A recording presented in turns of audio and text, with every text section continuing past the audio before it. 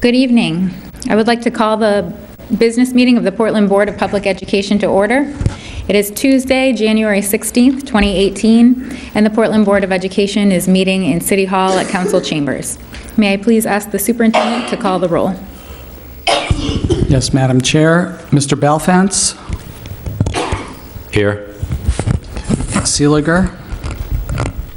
Ms. Vendil? Here. Ms. Davis? Here. Ms. Thompson? Here. Ms. Morioni? Mr. Atkinson? Here. Mr. Rodriguez? Presente. Ms. Clater? Here. Ms. Farah? Ms. Yuri? Ms. Rakowski-Power? Here. And Chair Terraro. Here. And so everyone knows, Ms. Morioni is still in Brazil. Ms. Seeliger is sick this evening. Tiana Yuri is also sick this evening, and Ms. Farah also let me know that she had a personal item come up this evening and won't be able to join us. Would everyone please rise for the Pledge of Allegiance? I pledge allegiance to the flag of the United States of America and to the republic for which it stands, one nation, under God, indivisible, with liberty and justice for all.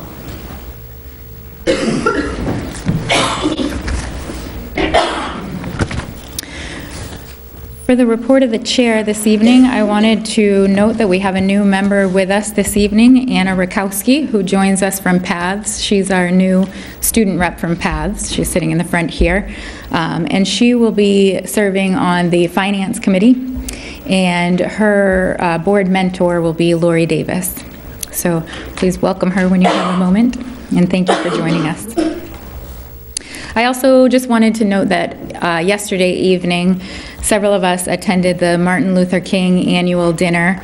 The theme this year was the color and cost of justice, and it was held at the Holiday Inn by the Bay last night. The keynote speaker was Mark Maurer, who spoke on issues of race and the criminal justice system. We had several students that were featured in the presentation, including our student rep, Saharla Farah, who was the MC for the evening.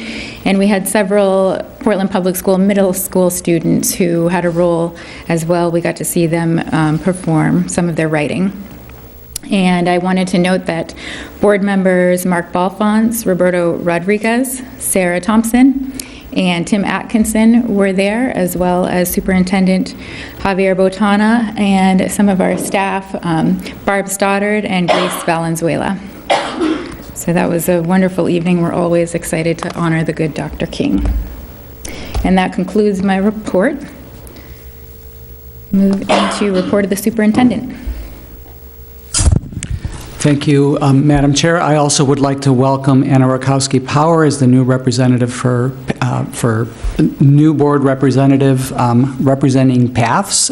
It's an auspicious day for PATHS because not only is Anna joining us, but we also had PATHS culinary students prepare our dinner during executive session, which was outstanding, so thank you very much. And we are going to have a presentation from PATHS later this evening. So we'd like to welcome Anna, and as a junior at Casco Bay and a talented student in the music program at PATHS. I'm very happy that we now have a full team of student reps, and I look forward to working with Anna over this coming year. Tonight, we'd like to honor Deering High School student Mulkey Hagee and her Make It Happen mentor, Danielle Wong, for being recognized as 2017 Bezos Scholars. Mulkey and Danielle have received a $1,000 seed grant from the Bezos Family Foundation, which they're using to put on a local ideas festival, Multicultural Youth Summit at Deering on April 10th this year. Mulkey is a Make It Happen student at Deering. Make It Happen, as everybody on the board knows, is a college readiness program for language minority students in grades 8 through 12. It helps students raise and realize their academic aspirations. Danielle is our Make It Happen site coordinator. Mulkey and Danielle were among 12 student teacher pairs nationwide that were admitted into the Bezos Scholars Program last spring. As Bezos Scholars, the students and educators participate in a year-long development program. Their year of leadership development started last summer at the Aspen Ideas Festival in Aspen, Colorado. It culminates this spring when each team designs and executes a local community change project. Mulkey said her experience at the Aspen Ideas Festival influenced her as she works to create the day-long local Ideas Festival with assistance from Danielle and her team. She's developing the summit. It will be targeting Deering students, but they also plan to invite Lincoln Middle School 8th graders. The event will include guest speakers from the community and TED-style talks presented by students. Mulkey said that she wants the summit to, quote, help fuel conversations within the school and community that many choose to disregard, end quote. Topics are expected to include the LGBTQ community, Black Lives Matter, food insecurity, addiction, immigration, and domestic abuse. Mulkey hopes that students leave the summit more educated and ready to continue these important conversations at home, among their friends, and in their community. The Portland Public Schools is very proud of Mulkey and Danielle, who are clearly very deserving of being chosen as Bezos Scholars. Congratulations to them, and we very much look forward to their local Ideas Festival coming to life this spring.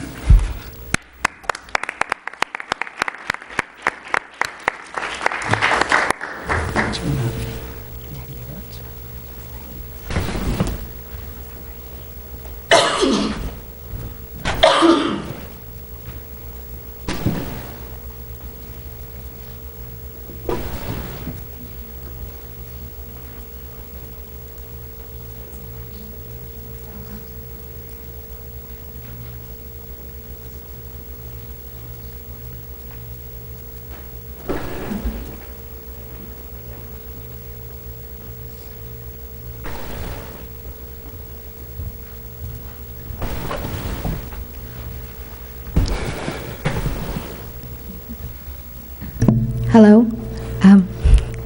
I hope that this festival is an experience for some kids who tend to be shy and who are voiceless. I want the topics to resonate with the kids, to take something home, to bring back to the community, and to empower the voiceless. And I hope that I can contribute to that change in a way. And I am very grateful for Danielle's help and for allowing my voice to be heard. Thank you very much for this opportunity. Thank you. Thank you.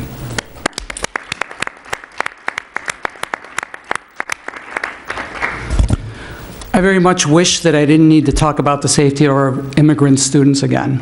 However, recent events require that I once again reassure our families that we, as a district, operate consistent with the board's resolution on safe haven, which is based on laws guaranteeing the rights of all students to a free and appropriate education, regardless of their or their family's immigration status. So to our dreamers, to our Salvadoran students and families, to our Haitian families, and to all others who live in fear, I want to assure you that the Portland Public Schools do not share records other than as required by law, and that while you are in our care, we will do everything within our power to protect you and to ensure that you have access to the education that you want, need, and deserve. Part of our Portland promise is to care for the whole student. We know that fear of separation, loss of place, and the need to hide are trauma-inducing adverse childhood experiences. We will continue to do everything in our power to support our students as they deal with these experiences, and we will continue to support their families with timely information and with advocacy for their rights. I would like to report that together with our partner districts in South Portland and Westbrook, we have decided not to apply for the Bar Foundation's Doing High School Differently grant. The planning for this grant with the two districts and our partners in the Muskie School at USM, Jobs for Maine graduates and Learning Works has been extremely productive, and we're committed to continuing to look for better ways to work together on serving students who are not successfully served in our schools today. However, the timing and the grant requirements are such that we decided collectively to not proceed with the application. I'm incredibly grateful to our partners, our school leaders, teachers, and students who provided perspective in this process. I would like to remind board members and members of the public that we will formally launch our parent development activities with the launch of Parent University on January 27th at 1 o'clock at Ocean Avenue School. Dr. Amy Stewart Wells, a Columbia University professor, noted researcher, and incoming president of the American Educational Research Association, will keynote an event and will be followed by a panel of Portland Public School graduates. Both events will focus on the value of diversity in increasing life opportunities. Portland is unique in Maine in the opportunities that our students have to interact every day with others with different worldviews, religions, languages, and family experiences. We believe that this is one of our greatest assets as a community and as schools, and Parent University will provide an opportunity to continue our community dialogue on this issue. I would like to recognize Grace Valenzuela, Executive Director of Communications and Community Partnerships, and her team for their hard work in conceiving and launching Parent U. The first of our equity goals strategies focuses on the importance of increasing our parent engagement. Parent University is one of the important activities that we are putting in place to operationalize that strategy. Finally, today, I have asked our Special Education Director, Deb Mullis, to provide an update on our Individuals with Disabilities Act special education compliance. By law, districts are subject to rigorous monitoring by the State Department of Education, and we recently received our compliance review, and Deb is here to brief you on it.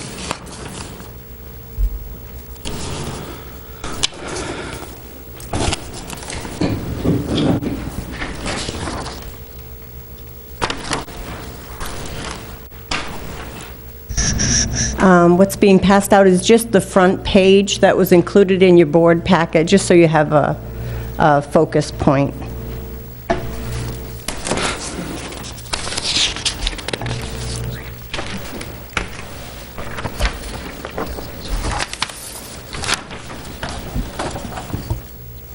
So the special education department in Maine for each district in Maine has to go through a regular process of review and evaluation of their programs, and it's both a formal process every few years, and then it's a less formal process by way of this communication that you're looking at tonight.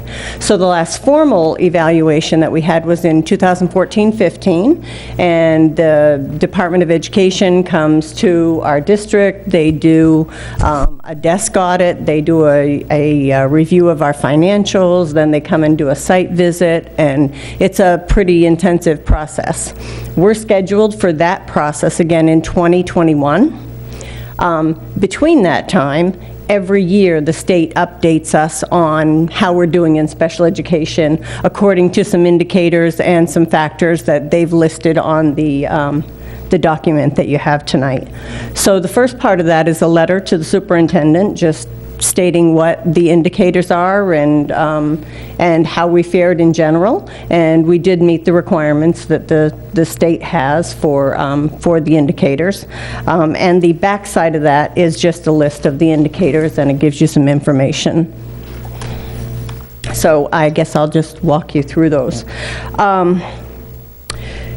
So on the 4 indicators that are the factors that are considered are compliance on reported timelines, performance on the state performance plan indicators, and adherence to regulatory guidelines, and then the fiscal audit. So on the second page, it lists all the indicators that are considered. And you'll see on that page they're broken down into the 4 areas. So the first 2 areas are the areas where we actually had ratings. The last 2 were areas that we were not out of compliance in, so we were at 100% in those because we didn't have any action plans or anything like that going on. So for the first part, it's really the state performance plan indicators, and indicator 4B, indicator 9, and indicator 10 all have to do with possible disproportionality, either in areas of expulsion and seclusion or in areas of identification for racial and ethnic groups, both in special education in general and then also in specific categories of disability. So you can see on our report that we don't have any deficits there. We're in compliance in all of those. Indicator 11 is the percentage of children who go through the referral process for special education and are identified or evaluated within 45 school days, which is the state guideline, and we're in compliance on that as well. And the last one is indicator 13, and that is just that we have a post-secondary transition plan in place for all of our students identified in special education, either by the time they're in grade 9 or by the time they reach age 16, whichever comes first. And we're in compliance with that as well. The second part of that is just the timely and accurate data provided. This is our local entitlement grant application and also our child count information that we have to report on annually. So again, we're in compliance on those two. So the rest of the supporting data in your packet just gives an overview of the process and the information that's used. If we were in a situation where we had to have a needs assess, some kind of a action plan, that would be noted, but we don't. We're in compliance on all of our indicators, so it's all good news. So any questions? Seeing none. Comment real quick. Can I just comment and express my appreciation to Deb and her team for this. This is, I think she makes it sound like all good, we handled it, but this is not something that is all good consistently and everywhere in the state. And so I think that it's important to recognize that this is, sort of a flawless performance report, which is, something that she's very humble about, but we're very proud of. Thank you. Thank you, Javier. Thank you. And we are looking forward to our 2020-21 review, and we are starting to prep for that as we speak.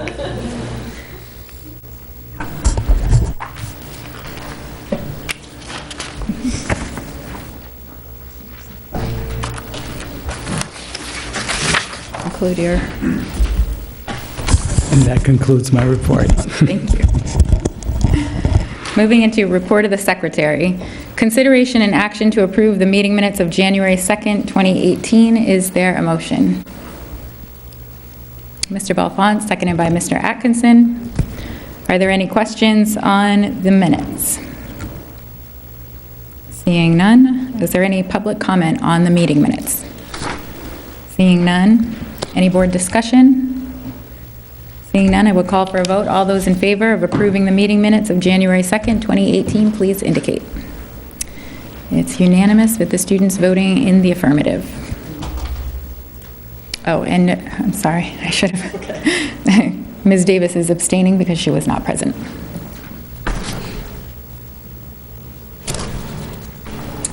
Moving into report of the committees, we have curriculum. Ms. Morioni is the chair of curriculum. I don't think they've met yet this month, but there is a meeting planned. Is it the 29th? 29th. 29th. What time? 6? Yeah. 6 o'clock at central office. Okay. Operations, Mr. Rodriguez. Thank you, Chair. Our Operations Committee is scheduled to meet on Tuesday, the 23rd at 6 p.m. at district offices. Our agenda should be posted on the website by Thursday afternoon. Great. That's it. Thank you. Finance, Ms. Bendel. Thank you, Madam Chair. The Finance Committee will also meet on Tuesday, January 23rd at 7:30 p.m. At the Portland Central Office. Policy, Legislative, and Public Affairs, Ms. Seeliger is not present, however, I do believe they have a meeting scheduled. Ms. Crocker? Thank you, Madam Chair. Yes, indeed. The 23rd is going to be a busy night for board members. Policy Committee starts at 5:30 that evening. Thank you. Are there any other committees and/or member concerns? Ms. Thompson? Thank you. The Appointments Committee will be meeting on Monday, the 22nd at 5 o'clock at Central Office, and we will also be meeting on the 30th at 5 o'clock at Portland High School. We have a school board retreat. Both of those meetings will be to talk about the applicants that came forward to be a part of the Building Committee. Thank you. Great, thank you. Any other member concerns? Ms. Davis? Hall Building Committee, and as co-chair, I spoke with my Nick Mavadonis, the other co-chair, and we will be beginning the process of pulling together the recommendations around naming. So just wanted to let the public know that they will be seeing in the next few months requests for ideas about names for the Hall School, and whether that's to stay with Hall School or to make a change in the name, but that's a task that the board will be undertaking with a small committee in the next few months. And stop by and check out the construction. It keeps moving along. Thank you. Any other member concerns? Seeing none, we'll move into consent items. Would the superintendent please read the items into consent? Yes, Madam Chair. Portland High School received the following items: a Yamaha electric keyboard from the Cohen family of Portland, a student flute and accessories from the Savigny family of Portland, acoustic piano from Lauren Harrington of Portland, snare drums and accessories from Carolyn Warnoff of Portland, and steel percussion pans from an anonymous donor.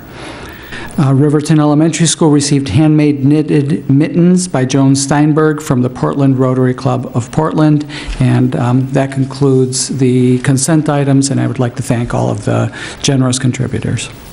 Thank you. Moving into old business, we have consideration and action to create building-level advisory committees for each buildings for our future school project, consistent with the superintendent's recommendations. Is there a motion? Mr. Rodriguez, seconded by Mr. Atkinson. Would the superintendent like to speak to the motion? Yes, Madam Chair, at the December 19th meeting, you approved the part of the governance plan dealing with the overall advisory building committee. At that time, you requested that I bring forward an alternative proposal for the building level advisory committees. The purpose of the building level advisory committee is to create a body of advisors to the larger building committee who are deeply connected to the school. The work of the advisory committee is to advise on school-specific construction issues such as traffic flow around the building, location of key features, color selections, art features, etc. Additionally, it's expected that these individuals will be ideally placed to communicate to larger constituencies about the progress and details of the projects. For example, we intend to have ample staff representation, PTO membership, etc. Because they will be the end users of these decisions, the priority for membership is to include staff and parents along with elected officials who are elected from that school's attendance area. It should be noted that the ultimate decision-making continues to rest with the board, and these advisory committees will provide feedback and suggestions on these issues to the building committee, which also advises the board. After listening carefully to your discussion at the last meeting, staff and I worked together to put together an alternative proposal that clarifies the role of the committee and its leadership and expands the membership. So my proposal, which is in front of you, is that the Building Level Advisory Committee will consist of up to 16 members. The composition will include co-chairs, which will be appointed by the board. That will include an at-large board member or a board member from one of the districts sending students to the school. An at-large city councilor or a city councilor from one of the districts sending students to the school. Those will be the co-chairs. The school's principal or assistant principal, 3 staff members appointed by me, by the superintendent, a minimum of 7 members of the public who reside in the school's attendance area. Those will be appointed by the board's appointment committee from the list of applicants to the district advisory building committee, which, as board member Thompson mentioned, we have completed that application process and had a very healthy response. And then up to 3 additional at-large members of the public, also appointed by the board's appointment committee from the list of applicants to the district advisory committee. So that's my proposal. Those are some fairly significant changes from what was reviewed by the board at the previous opportunity. So this expands the membership, overall reduces the number of staff that are involved, clarifies who are the co-chairs, what the role of the which city councilors and which board members get selected to the to chair the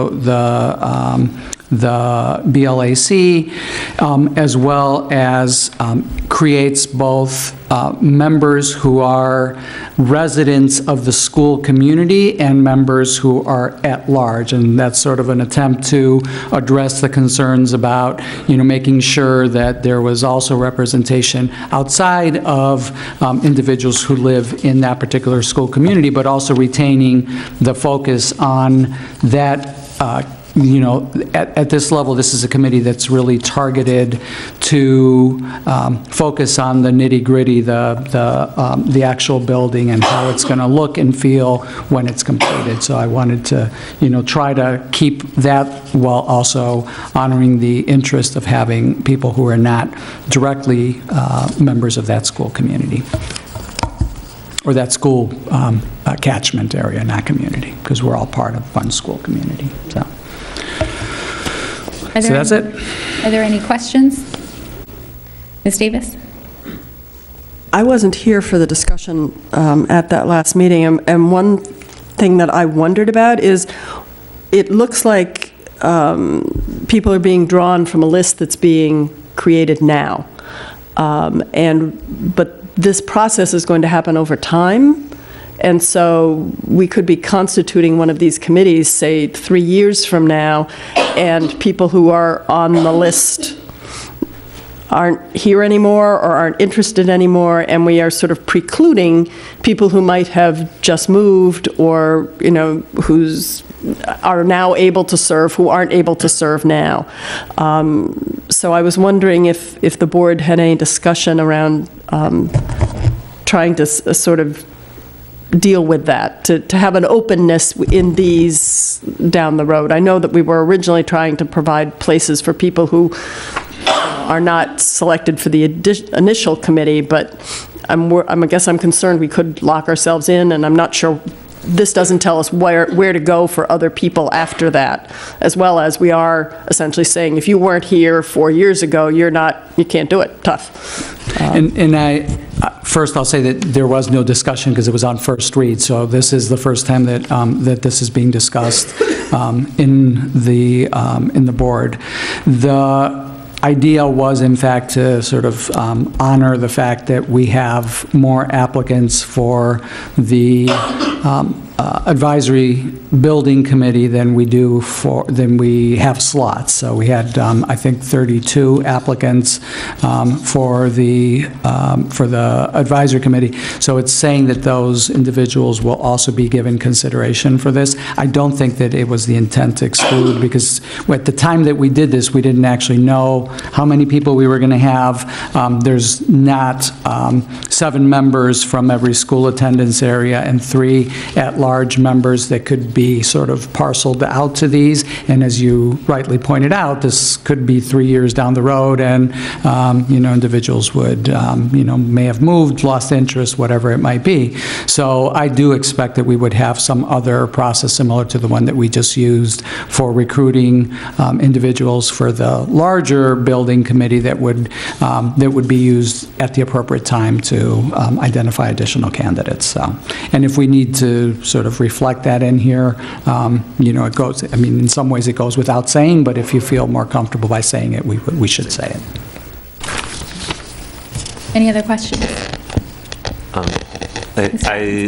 Sorry, I just wanted to say I had a similar thought to Ms. Davis's, and I think there's this language here from the list of applicants to the District Advisory Building Committee that maybe we could consider striking. Sorry, that was not a question. Okay. We'll Gesture take an for amendment the at the next round. appropriate time. Yeah. Okay. Any other questions? Seeing none, is there any public comment on the motion? Seeing none, I will close public comment and call for board discussion on the motion. Mr. Rodriguez. Thank you, Chair. Thank you, Javier, for breaking that down for us. First of all, I think that this recommendation reflects a lot of the concerns and a lot of the points that we brought up in our previous meeting. I personally, when I first read the new recommendation, I was perfectly happy with it. I look forward to supporting it. But as usual, I look forward to listening to the rest of the board and any comments or suggestions they may have, as well as the public, of course. But again, I like what we've put together here and the way that it's envisioned to function. So I feel comfortable supporting it as is. Any other comments? Ms. Davis.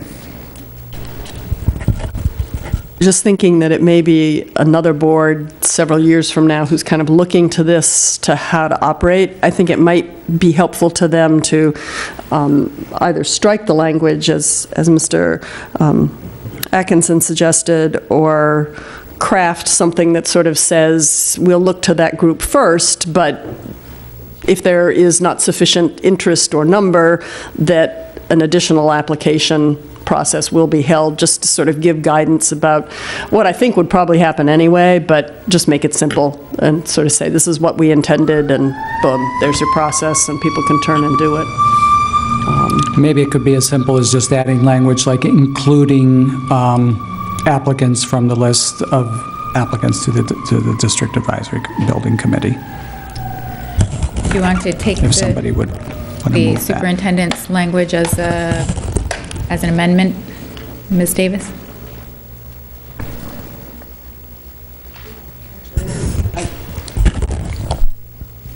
I think that works. If you just, including the list of applicants from, if you just strike including committee, comma, strike from and put in including. Is that what you're thinking? I actually was keeping from, I was just Okay. adding including applicants from the, Okay, from that's the fine. list of applicants. I'd second the motion. Okay. We have an amendment on the floor. Are there any questions on the amendment? Seeing none. Is there any public comment on the motion, on the amendment to the motion? Seeing none. Any discussion on the amendment? Seeing none, I will call for a vote. All those in favor of the amendment, please indicate. Any opposed? Seeing none, it's unanimous with the students voting in the affirmative. And we're back to the main motion as amended. Any other discussion on the motion? Seeing none, I will call for a vote. All those in favor of approving, oops, I lost my motion here, of creating a building level advisory committee for each buildings for our future school project consistent with the superintendent's recommendations as amended. Please indicate. It's unanimous with the students voting in the affirmative.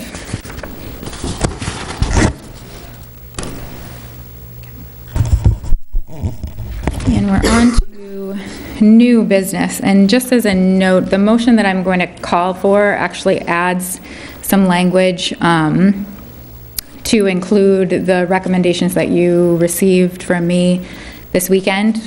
So the motion I'm going to call for is consideration and action to approve 2 city councilors to the building committee, to the buildings for our future advisory building committee as recommended by the board chair. Is there a motion?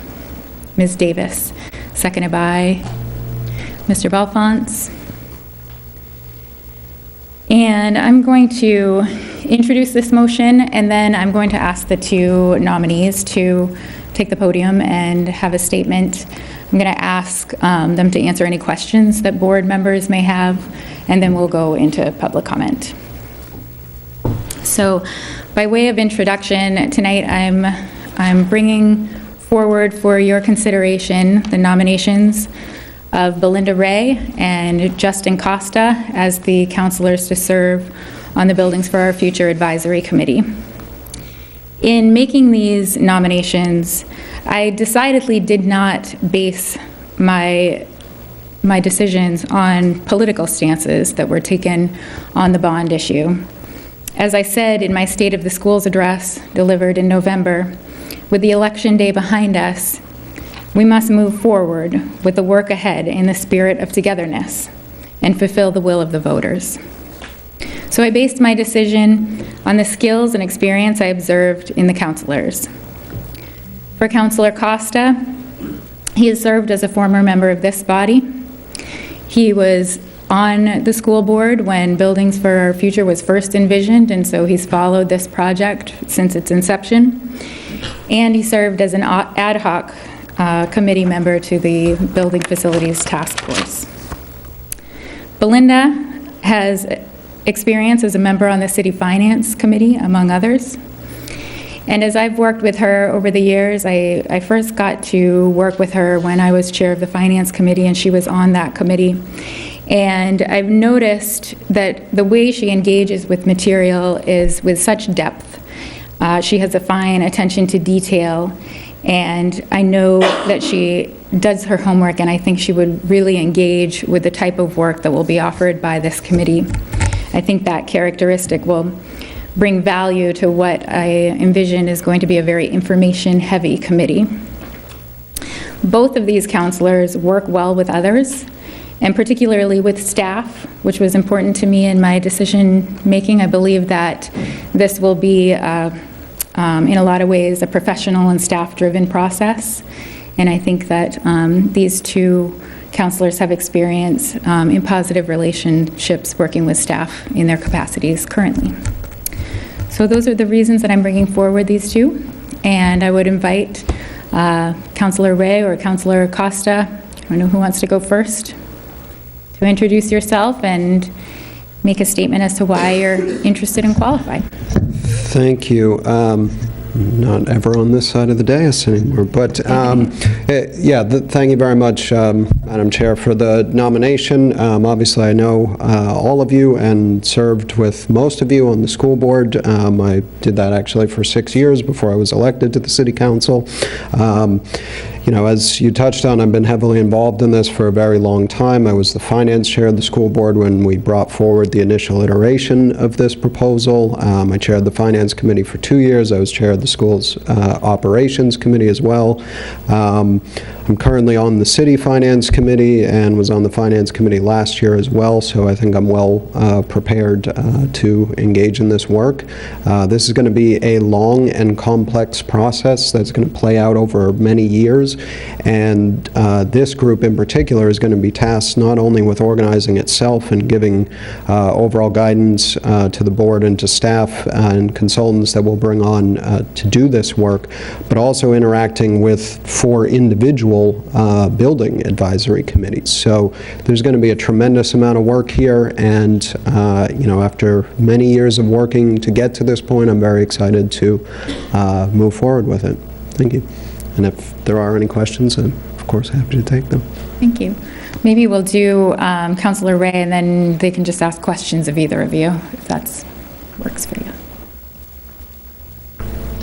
Good evening. Thank you very much for considering me as an appointee to this committee. I am honored to be considered, and I'm happy to be here tonight to just talk to you a little bit about my background. I've been a teacher my whole life. I started tutoring people when I was in the first grade.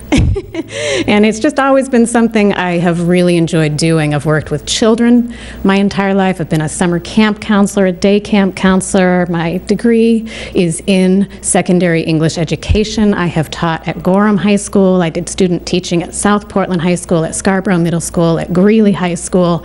I've taught at SMCC. I've taught numerous writing and literature classes to homeschooled students. And every year I go back to my 5th grade where I went, where my classmate is now the principal of that school, and I work with 5th graders. So I completed that this fall, and it's always a pleasure for me to be able to work with students. Education is incredibly important to me, and I see public schools in particular as a great equalizer in our society. They are something that ensures, in a way that I don't think anything else that we can do in the public, they ensure equal opportunity for everybody. Because regardless of your background, you can get into a school and you can have excellent mentors and you can have excellent peers to interact with. And in Portland in particular, you can have a very diverse peer group and begin to learn to interact with people from very different backgrounds, which gives you an education you don't get everywhere in the nation, and certainly not everywhere in Maine. So I do value education tremendously, and I believe that I can be an asset on this committee. I do have great attention to detail. I really dig into things, and I look forward to collaborating with other people in order to make sure that we work really hard to meet the needs in these schools, that we stretch these dollars that the voters have approved to cover all 4 schools, and that we do so efficiently and effectively and with minimal disruption to education. So I hope that you will consider me for the committee, and I'm happy to answer any questions you might have. Questions?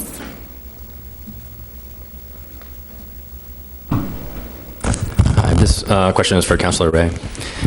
You opposed the 4-school bond, and I've heard from the public that your opposition should disqualify you from serving on the building committee. How do you respond to that?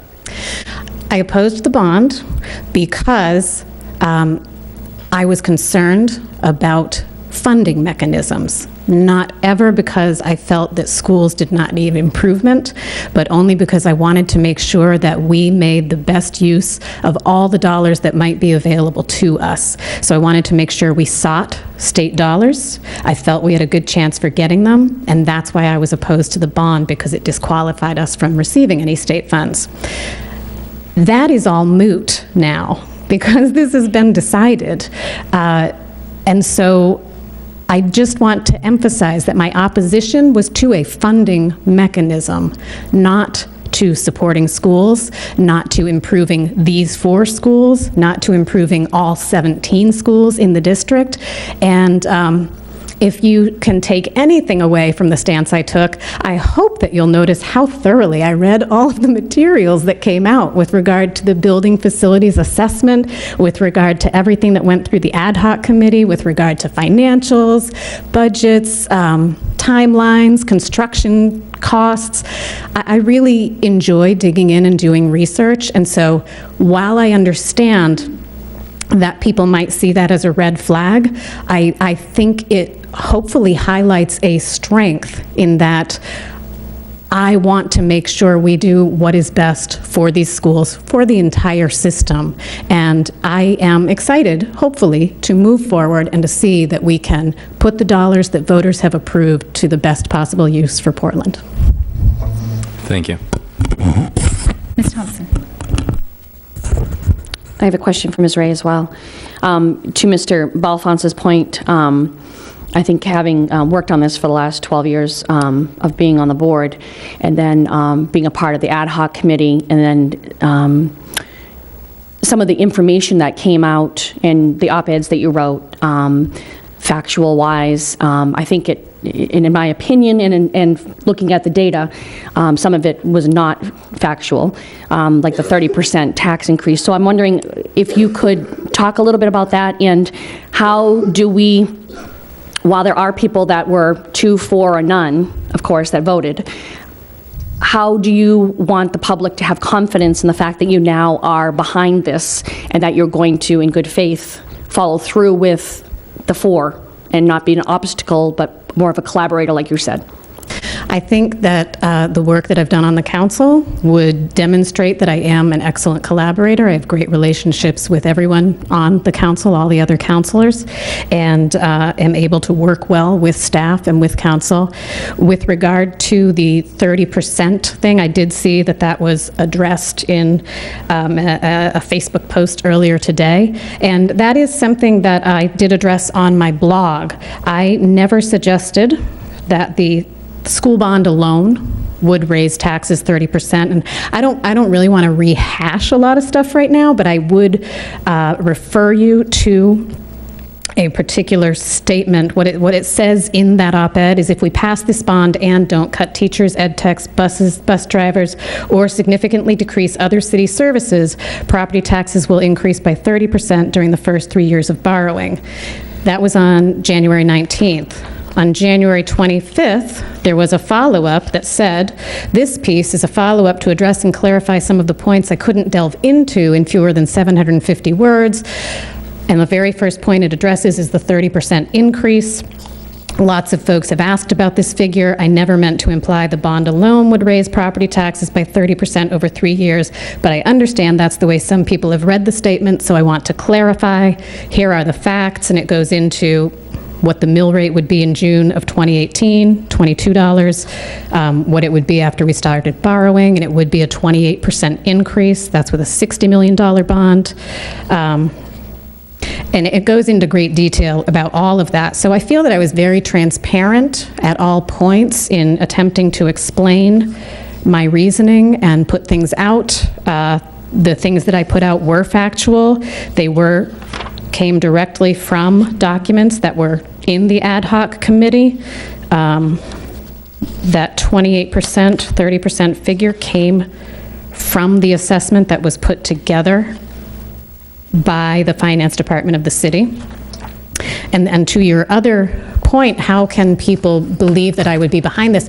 Again, I never opposed improvements to the school. I just wanted us to be very thoughtful about the funding mechanisms that we employ, and this is the funding mechanism that has been chosen. So there is no going back. There is no being an obstacle to this. The decision's been made.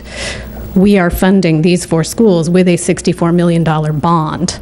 So that's where we are, and that's what we need to do, and I want to make sure we do that really well. Other questions?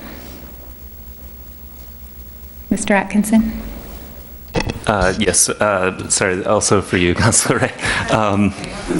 Yeah, I have a question. One of the things that we discussed in sort of coming up with this governance structure was accountability. And you represent District 1, if I'm correct. And I don't know that any of the students in District 1 go to any of the 4 schools. So I guess the question is just, is there an accountability gap there in that you're going to be making significant decisions or on this advisory committee related to these schools that are not serving the electorate that elects you? I would say I don't think so, because I think that anytime we are considering issues that are important to the city, it doesn't necessarily matter in what district they occur, because they do affect the entire city. And certainly having excellent education across the city so that children wherever they live are able to access that is important to me. And you're right, there would not be a lot of students in District 1, but there are some that do go to Lyseth. But I'm not sure of other schools. I know that some of my neighbors do go to Lyseth and some go up to East End. So there are some, but I think that as I make decisions as a district counselor, I do also consider at all times what is best for the entire city. And that is something I think we are all, I think district counselors that are on the school board are probably making decisions that are best for the entire city, regardless of what district they serve. If I can just ask one more. There's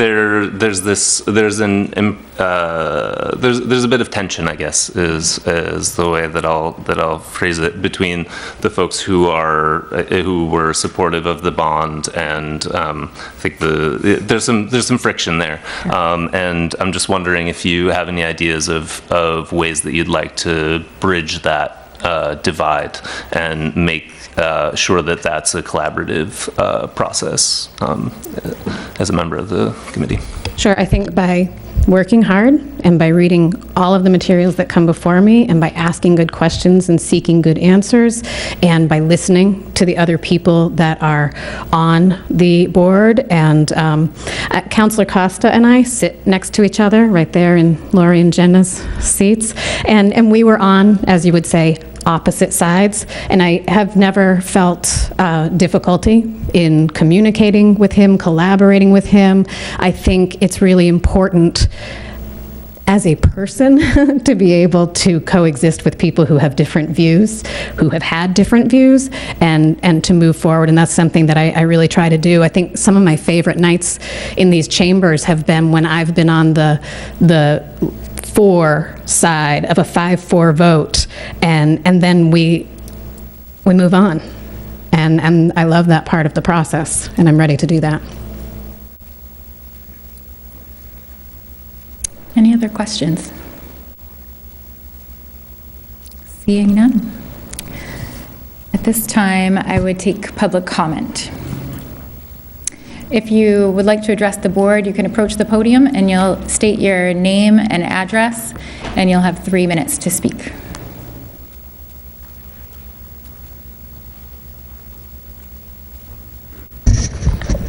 Good evening. My name is Kurt Sachs. I'm an architect here in Portland. This is not easy for me coming here tonight. I just found out about these nominations several hours ago. I canceled a client meeting so that I could be here and present some rather unpleasant commentary. And I'm going to try to be really politically correct. I don't have anything political to say, but I'm here to beg you to remove Belinda Ray from your list. I have well over 30 years' experience as an architect. Much of that has been in school design and construction. So what I say, well, I don't want to go any further without getting your permission to go beyond 3 minutes. We would need a motion. Would you like an extra minute? I would like 2 minutes. Motion for an extra 2 minutes. Ms. Thompson, seconded by Mr. Belfont. All those in favor? All those opposed? The motion passes. You may proceed. My experience working with Ms. Ray is on the proposed homeless shelter that the city has proposed. And I have involved myself over the last year in that process. And it has not been an inclusive process on Ms. Ray's part. She has been exclusionary, she has been disrespectful, she has been non-inclusive, she's not a consensus builder. She has controlled the whole process herself, to the point where we're talking about a homeless shelter, and she has not included Preble Street or any other shareholder other than Oxford Street folks. I volunteer once a week cooking and serving at Preble Street Kitchen. I have a 27-year-old homeless daughter in Brooklyn. I know that business of homeless care like I know school design and construction.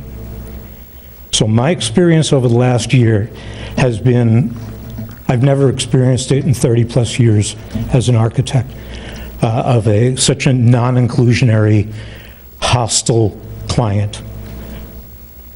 That said, I'm really trying not to get out of control here politically, but you can tell from my shaking, I'm passionate about this stuff.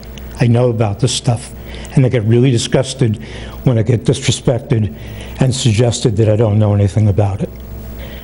Now, what do I know about schools? Just before I moved to Maine, I worked for the New Jersey Schools Development Authority as a senior project manager, where I designed and managed, as it turns out, over $50 million worth of school renovations, restorations, exactly like these 4 schools, exactly. Asbestos heating and air conditioning, well, no air conditioning, heating, ventilation, all of the things that we are faced with on these 4 schools. I've done it. 50 million, not 64 million, $50 million. I have dealt with communities, teachers, students, the works. I am inclusionary, maybe to my detriment. These projects have to be a fine-tuned machine, or they're not going to be finished, they're not going to be done simultaneously. I can tell you that. So it bothers me that there is a city councilor who feels that she is so competent that she can run this and pull it off on time, under budget, without, my biggest fear is, with her alleged expertise on finance, that we're going to get into a situation where there's something in a school that was not discovered by the previous 6 or 7 architects, big firms that looked at these places. And we're going to find out, because this is what happens in these projects, you discover that there's some expensive piece of equipment or some ceiling system or I don't know what. Point is, an unknown comes up and it's going to cost, I don't know, $30,000. And then we're going to go and we're going to hear the city councilor say, Mr. Sachs, your 4 minutes are up. I ask that you remove her from the list and find somebody else, because this isn't going to happen. It won't be delivered on time, on the budget, or correctly. Thank you. Thank you. Anyone else?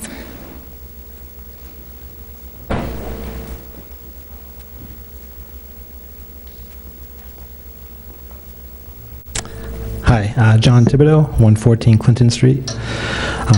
Thank you all for all you're doing. I also oppose the selection of Councilor Ray for this position, with all due respect. I appreciate what your service to the city and to the city council. In particular, I appreciate your work on the pesticide ordinance. Thought it was excellent. But with that said, I do oppose her selection here, and this is why. As you all know, with the ad hoc committee in that process, it was an exhaustive process, went on for months. And towards the very end of that process, Councilor Ray submitted an op-ed, the Portland Press-Herald, which I did not think was a productive part of the process, and I think it displayed a lack of respect for the process. I chose one quote from that editorial, quote, "Passing a narrowly focused $60 to $70 million bond will not help us. It will do the opposite," end of quote. That's from January 12th, 2017. So there's that. And then the process continued. She was the only city councilor to vote against both the 2-school bond and the 4-school bond when they were in front of the committee. The only one. And then as it got towards election season, she had another op-ed in the Portland Press-Herald, and she said a few different things, but one of the things that she did say was that it would be a good choice, quote, a good choice to do neither bond, neither the 4 nor the 2 school bond. Simultaneously, she was working for the 2 school bond campaign.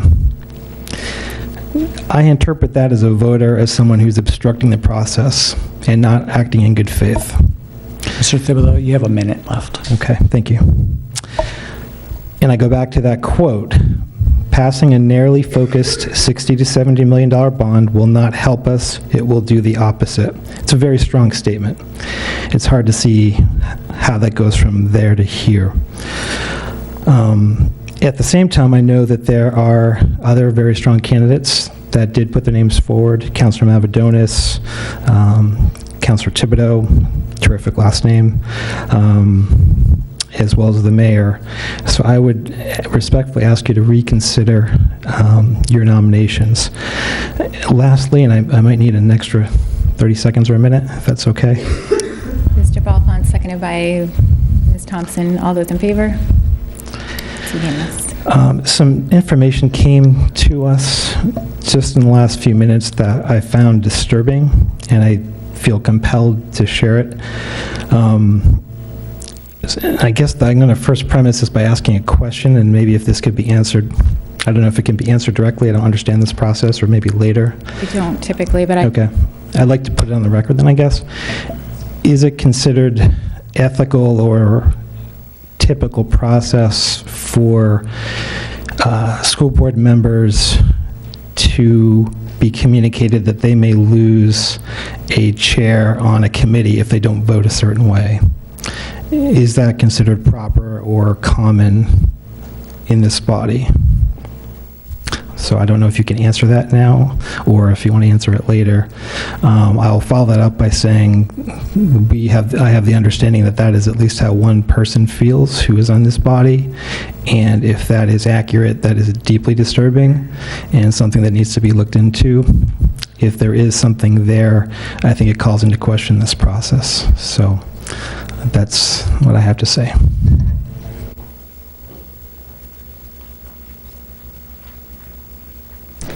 any other public comment? Hello, I'm Emily Figdor. I'm the Director of Protect Our Neighborhood Schools and the co-chair of the Reiki PTO. I also rise today in opposition to the nomination of Councilor Ray, although I also appreciate her service to the city. And I'm very supportive of the excellent choice of Councilor Costa to the building committee. I share many of John's concerns. I think foremost, I'm not opposed, and Protect Our Neighborhood Schools voted last night and was unanimously opposed to the nomination. And it's not because Councilor Ray has opposed the for-school bond, but it's because she lost our trust throughout the process. And that's pretty serious. We need confidence that the people who are going to make the decisions about and advise you about these 4 projects, we need to be able to feel confident that they have our, the public's confidence and backing, and that we know that it's gonna, that we can believe in how things go forward. And unfortunately, that just isn't the case, given our experience with Councilor Ray. I would say one thing that for me has been really disappointing as Councilor Ray throughout the process in opposing the bonding has talked about using the CIP as the funding source for the $320 million in work that's needed, capital improvements that's needed in the schools. But yet, I have seen no evidence of her, nor have I heard in talking with many of you, that she's been working to actually increase funding for the schools through the CIP. So if we're not funding the schools by bonding... Ms. Victor, you have a minute. May I have, may I have a little bit extra time? All right, Ms. Vendel, seconded by Mr. Atkinson. All those in favor? You have another minute. So if we're not going to fund the schools, the significant needs through bonding, and we're not going to do it through the CIP, we know that what's in the CIP now is not enough, not nearly enough, and we'll never fill that gap, then how are we going to do it? And I just haven't seen evidence that Councilor Ray has an alternative plan to the one that many of us and the voters are behind.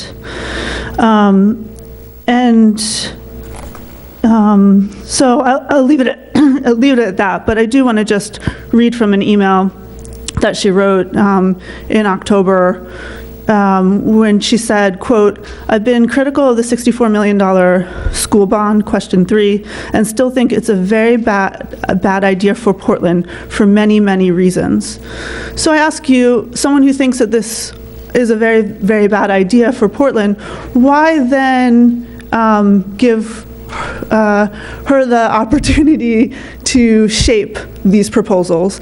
There are lots of people who care deeply about these projects. Let's invest in them and work with them and to develop these projects and ensure that these schools are the best that they can be.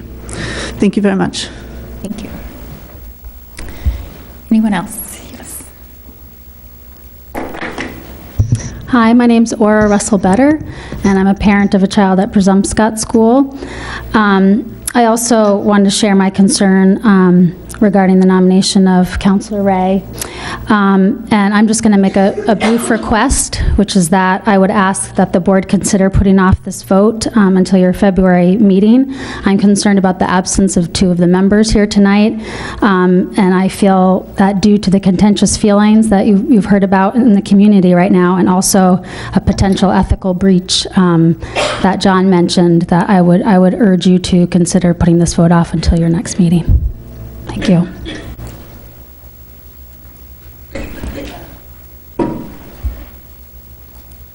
Hello, I have all this technology and I came up here with a notepad. Members of the school board, my name is Joey Brunel. I'm a little under the weather, so I'll try to be brief and then I'll get out of here. I came here today to support your nominations of Councilor Costa and Councilor Ray to the committee, both appointments. These appointments were your decision, Madam Chair, and I trust your judgment. Councilor Ray and I have disagreed on a number of issues, like the school bond, yes, but also the closure of the India Street Clinic. Councilor Ray and I have sometimes come to different conclusions after looking at the same set of data. But part of living in a democratic society is working with your neighbors who have different opinions than you do. After part of the India Street Clinic was closed in 2016 and my then partner lost his healthcare provider there, I worked with Councilor Ray on the transition of services, transition of the clinic services, and most recently on following up with former India Street patients. And while none of that went as smoothly or as successfully as I wanted, and I think Councilor Ray will agree, she was consistently interested, detail-oriented, and willing to rattle a few chains at City Hall when they needed rattling, which was more than once. Because you can still work with people you disagree with. They can still be helpful, and once in a while, you can even learn something from their perspective. I came here tonight in response, partially, to what I saw as hyperbolic, politically motivated rhetoric that was put out on social media earlier today.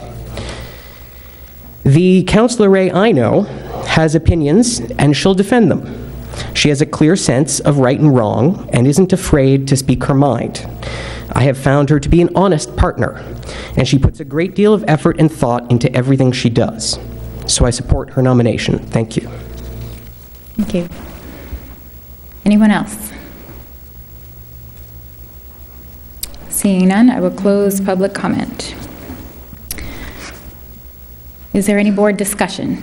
Ms. Thompson. I'll allow the board discussion, but then I'm going to ask for a amendment to the motion to split the 2 candidates into 2 separate votes. Okay. And have the votes by roll call, please. Thank you. Is there discussion? So you're making the amendment now? I thought you said you wanted to allow for, okay. So we'll do discussion first, and then Ms. Thompson will call for a motion. Is there discussion? Seeing none, Ms. Thompson, would you like to make your amendment? I would like to separate the motion and for us to vote on the individuals separately, opposed to as a slate. And my reasoning for that is several reasons that the community has also cited, and I'm also bringing along something from Brazil, from Ms. Morioni, that she sent along that she wanted me to read because she couldn't be here and she really wanted to be, but Brazil beckoned. So I just want to read this for the record, and then, again, if there's support to split the vote. So she said, while I can't be there tonight, I do need to express my opposition to the nomination of Councilor Ray to the Building Committee. This is not a position I came to lightly. Let me explain. As you know, I co-chaired the ad hoc committee on school facilities that worked for 8 months to build consensus about what to do about our aging elementary school facilities. The City Council, including Councilor Ray, voted to establish the ad hoc committee and have it undertake this work. The ad hoc committee worked very diligently to consider questions from all councilors, including Councilor Ray. There was broad support for the ad hoc committee from public officials, parents, and the community. Imagine my surprise then when I opened the Portland Press-Herald on January 12th of last year, while the ad hoc committee was still deliberating, to see a column authored by Councilor Ray titled, "I Can't Support $60 Million Portland School Bonds," City Councilor Ray says. It was startling and very disruptive to process that Councilor Ray had agreed to. Councilor Ray never came to me or my co-chair to express concerns with the ad hoc committee. Again, there was a broad buy-in for our work. Quite honestly, Councilor Ray never even attended any ad hoc committee meetings where we spent many hours research, building understanding, and consensus. Moreover, the op-ed included an inaccurate claim that the four-school bond would raise taxes by 30%. I do not think Councilor Ray has played a constructive role in the entire process. She also voted in opposition to both the two-school and the four-school bond. Therefore, I believe it is inappropriate for her to serve on the building committee to rebuild these four schools. For these reasons, I oppose this nomination, and I would vote no if I were able to be there tonight. Thank you. Marty Morioni. So is there a second to splitting the motion? Mr. Atkinson. Are there any questions on splitting the motion? Seeing none, is there any discussion? Seeing none, I would call for a vote. All those in favor of splitting the vote? All those in favor of splitting the vote, please indicate. Okay, it's 1, 2, 3, 4. 4, and the students, all those opposed? Ms. Davis, Mr. Balfons, and Ms. Trevorrow. Okay, the motion passes. So we'll take Mr. Costa first. And all those in favor, well, I guess we have discussion first. So we'll have discussion on Mr. Costa's appointment. Mr. Atkinson. Yeah, thank you. I'm really excited to see Justin continue his work that he's been doing for a long time on this, and look forward to his insights as the process goes forward. So, thank you. Anyone else? Mr. Rodriguez. Thank you, Chair. There he is, Councilor Costa. Councilor Costa, it's it seems unanimous that people are excited to have you be part of this committee.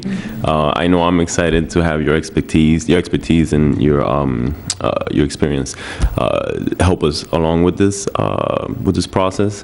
I'm a little bit disappointed that the negative comments being made towards one person don't have an equal comparison towards the positive that you might bring onto the committee. Apparently, you single-handedly cannot deviate this process in a positive way, but it can, however, go negatively.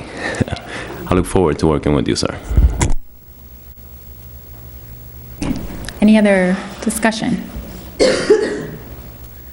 They're remaining silent because I think it's probably unanimous, and I'm in that boat as well. Obviously, I spoke to you earlier. I will approve this nomination. So I'll call for a vote. All those, roll call. Yes. Okay. Would the superintendent call the roll? Mr. Balfans? This is for, to approve the nomination of Councilor Costa to the Advisory Building Committee. Yes. Ms. Van Dil? Yes. Ms. Davis? Yes. Ms. Thompson? Yes. Mr. Atkinson? Yes. Mr. Rodriguez? Yes. Ms. Trevorrow? Yes. Ms. Clater? And Ms. Rakowski-Power?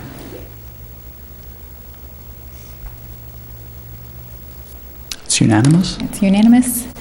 And now we'll take up Ms. Ray's appointment.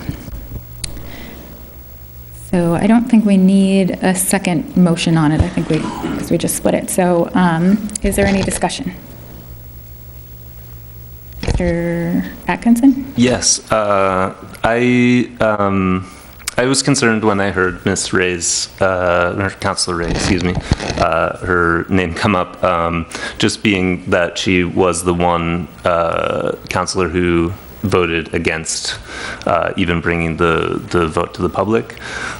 So I think I started off sort of in that position, and hearing some of the comments from the public tonight has certainly not helped push me in the other direction. I was particularly concerned about the comments around a lack of inclusiveness, and so I'm planning to oppose the nomination of Councilor Ray.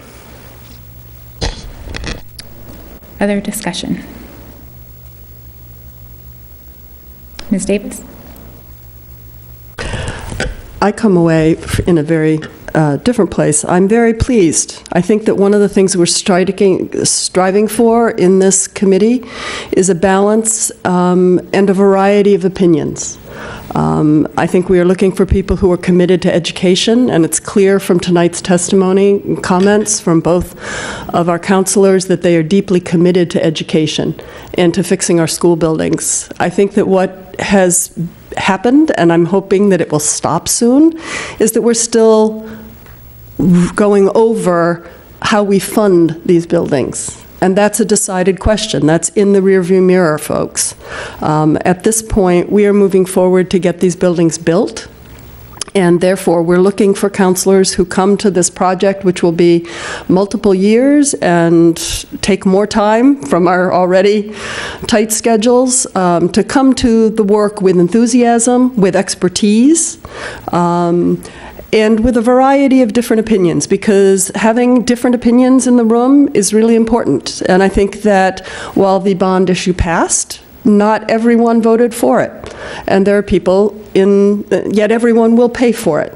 And so having folks who come to this from a variety of different perspectives, from a variety of different places in Portland, I've reflected recently. I spent 23 years on Peaks Island, and perhaps it's because what I saw out my kitchen window was Portland as a whole, that we are one city, one small city, and we are building 4 schools in a small city.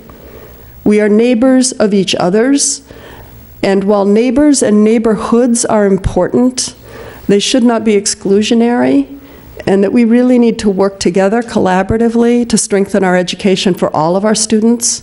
These are 4 out of our 17 schools. We're getting to them. We're using the funding mechanism that the voters approved. And I look forward to working with Councilor Ray on the Building Advisory Committee to get the work done. And that's our charge ahead of us, is to get the work done for our students and for our community. So I will be supporting her appointment with enthusiasm. Thank you. Any other discussion? Mr. Rodriguez? Thank you, Chair. So I too feel comfortable supporting the nomination for Councilor Ray to be part of the Building Committee.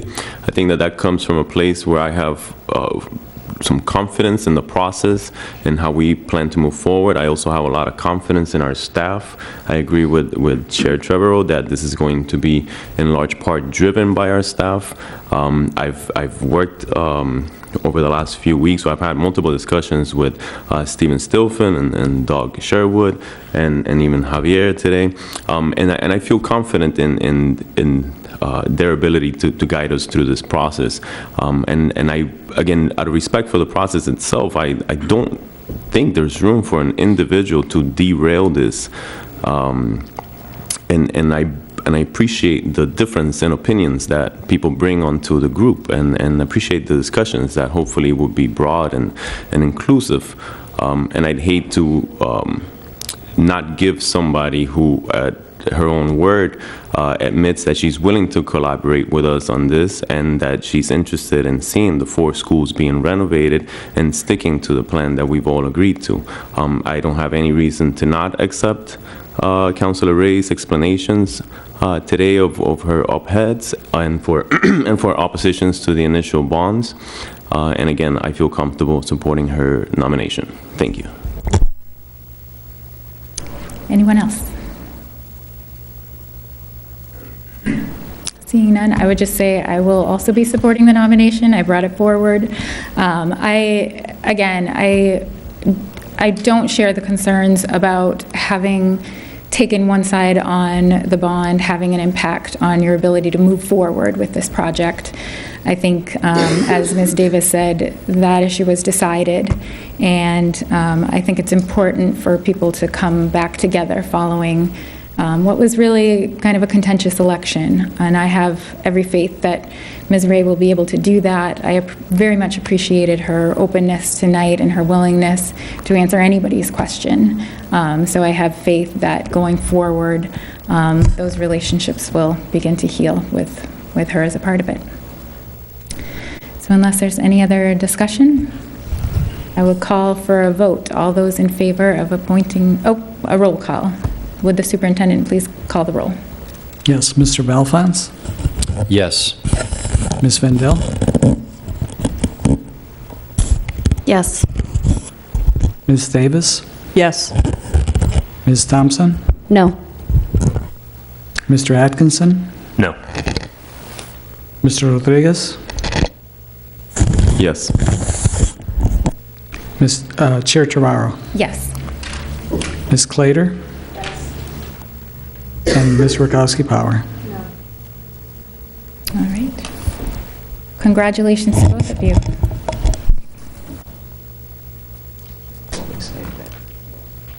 I don't think so. All right. So that concludes new business, and we are on to board focus on educational issues. We have an update from PATHS programming. Would the superintendent like to introduce this?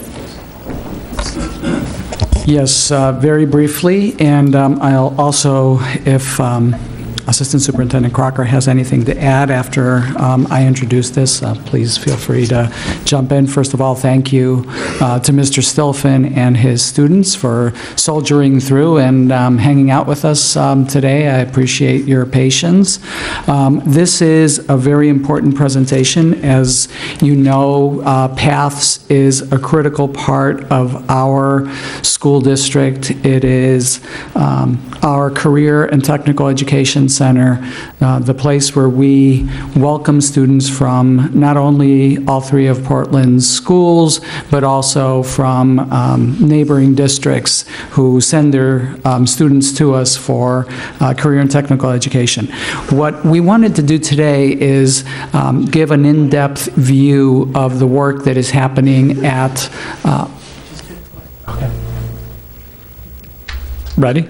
An in-depth view of the work that's happening at PATHS, programming, what the numbers look like, and what are some of the upcoming projects that PATHS is looking at.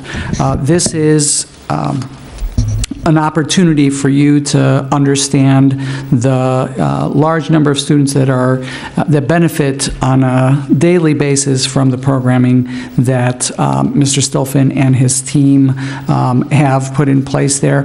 Kevin has been there for a short period of time. He's done a tremendous job of building up the programs and the staff cohesion around those programs.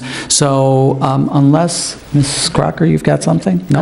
All right, I'm going to turn it over to Mr. Stilfen. Good evening. It's good to be back here. What I want to do tonight is give you a snapshot of the sort of the state of PAFs and where we are and where we're going. Just last year, we worked with a local production company, and they worked with some of our new media students and developed a series of videos.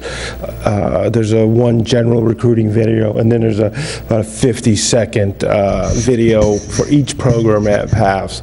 And I just, what I want to point out is that these are not scripted. They spent hours in our school working with our video folks and interviewing kids, and it really does capture the energy, the environment, and the fun that goes on at PAFs. The name really fits. You're on a path and you're just following it, and it can lead you to in a kitchen, it can lead you to a car, it can lead you to a video editing place. You choose your path.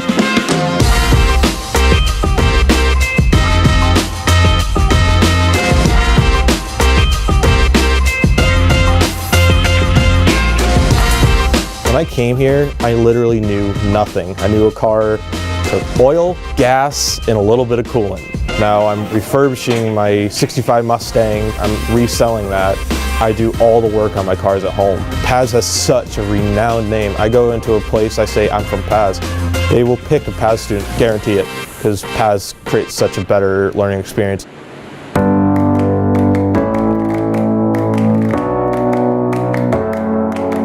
From being a freshman who didn't know what he wanted with his future, with now being so sure that I want to be a filmmaker and going into film school. If I never came to PAF, I would never have that dream come alive. I would never have that ambition that I have now, that drive to pursue a film career. So this program really changed my life.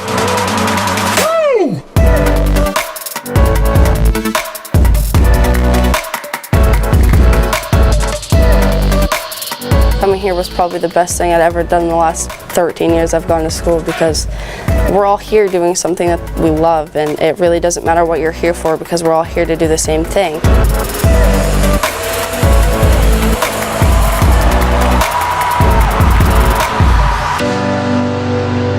I really wanted to cook, but I didn't want to just start off in a kitchen. I was too scared to do that. And this is a great way to get some skills, get some experience, and really work your way into that. We've gone through and figured out how we have to price a lot of the things for cafe, our labor, our time, how much it costs to power the building you're in, how much the rent is. All these things go into how much you have to cost for your individual food. We have to work with customers, and we have to exchange money and go through all the counting, and it's a really well-rounded experience. I would like to own my own food truck and then eventually my own restaurant.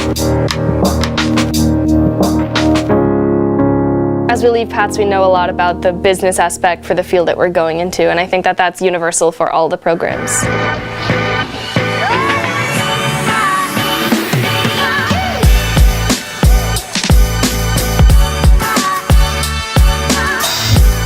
We've spent a lot of time with not only customers, but with people who've been in the trade for over 20 years, and it's just so easy to talk to them and easy to understand where they're coming from because we've been in this program.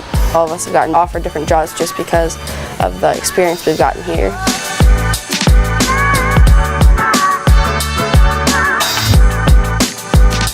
It's built up my confidence because some people might have never done stuff like this before, and if they're going to go off to college, maybe they're going to be 3 hours away from home doing something they've never done before, but coming here will give you an opportunity to experience it and to start your learning process.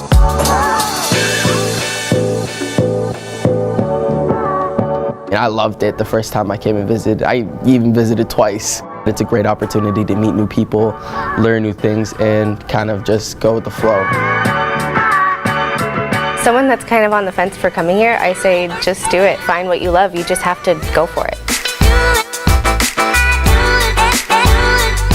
I get to experience what it's like to be out in the field of a machinist, of someone who designs 3D printers. It's allowed me to see so many different parts of the engineering world, of the machining world, and also just learn how to become a better learner.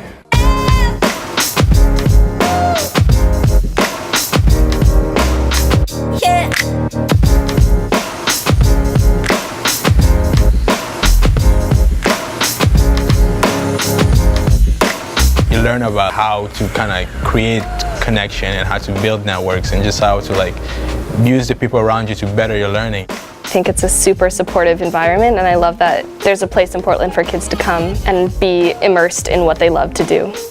You're doing work, you're learning, it's just like school, but it's stuff you enjoy, so it's a little bit different.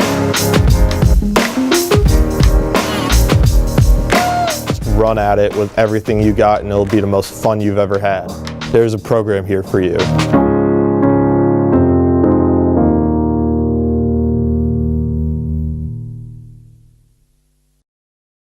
And this is also in relation to the next slide. That is our numbers. You know, PAFS has to recruit students. We have turnover anywhere from 200 to 225 students a year who graduate both from their high schools and receive certifications. Our numbers are down. There are various reasons for that. We've worked especially hard to do more outreach in the city of Portland to different groups, and I'll talk about that as we go on. And as of today, and our recruiting sessions start, and we have visitors who come, and it starts in January. We have 87 visitors scheduled to come to all of our programs, which is better than last year, which was around 17. There's a natural, sometimes there's a cycle to it. You really can't point to it, but there are certain things that are out there that are at play when it comes to building our enrollment. We are hoping that we got a good feeling, and we look to be adding. You know, we're looking like we're going to be in very good shape for next year with full programs across the board. So what is the value added for our students? There's a lot of literature out there that talks about that we help students graduate from high school. We have students who are completers in the CTE program generally will graduate from high school at a higher rate than students who haven't been completers. But the piece that doesn't get talked about is the credential of value. The students who come in and who obtain a credential of value, those are the ones who are graduating. And this is just sort of, again, a snapshot of what a student can achieve at PAFS. CTE programs have certain requirements that you have to hit. It's not like, and I always use this as an example, like a social studies class, because the curriculum's set and it's a different way of delivering an education. Plus I have a brother who's a social studies teacher, so I can use that as an example. We have to meet certain requirements outlined by the state of Maine and the federal government, and one of them is we have to offer these. These have to be something that our students can achieve. I want to just point out the auto collision, and you see the automotive service excellence. Those are each certifications a student can get. So a student could get a certification, and those are industry standards. These are not something that we make up. Those are our industry standards, and we've embarked on what I refer to stacking credentials now. Our credentials there'll be a primary credential. So for auto collision, it could be the ICAR, American Welding Society. Those are their primary certifications, but what we're looking to do is stack certifications on our students and give them as many opportunities to get as many certifications that they can take with them after they leave our school. And again, other pieces, we have to stay current in the changes in the industry. I'm talking a lot about collision, but Mike Edgebert, the instructor in this program, got this program certified by the NATEF, which is the National Governing Board for his program. And this is the first time that program had ever received that designation, and he's put a lot of work into it. So these are the value-added credentials that our students can get at PAFS. National standards, I just wanted to point it out. Again, these are the standards. A CTE program must have national standards to be considered a CTE program. And some of these are the same ones that deliver a certification opportunity, but these are our national standards. And the thing about our national standards is that they can change. Technology changes, and we have to stay up on these standards. I'll talk about it as we go on. There's a couple of our programs right now that are developing and looking into new national standards because of certain changes in programming and in the industry. These are the standards that dictate our curriculum and our testing. And again, we don't have an option at PAFS. We have to be aligned to these standards, and the state will look at that. College credits, this is just a smattering of college credits. One of the bigger things that has come out recently is the state has come up with a statewide articulation agreement for automotive technology, culinary, and the CNC manufacturing program, which basically does say that if a student graduates and hits these certain standards, they will be granted credit at any of the community colleges in the state of Maine. So it's not specific to SMCC or EMCC, and that's huge. That's huge for our kids because it gives them the flexibility to go to a school that has their programming, and it's one of the better sort of developments in the whole sort of idea of articulated credit and college credits. And again, CTE programs, it's not an option. We develop these. We are out looking for these, and we are supposed to have these as part of being considered a CTE program. And the other piece that I'm most proud of, and I'm proud of a lot of the things that happen, all the things that happen, my students, my staff, but every program must have a program advisory committee, and it is made up of industry, parents, business owners that advise our programs on the current state of that industry. And this is just, we couldn't put all of them on that are part of the advisory boards for all of our programs.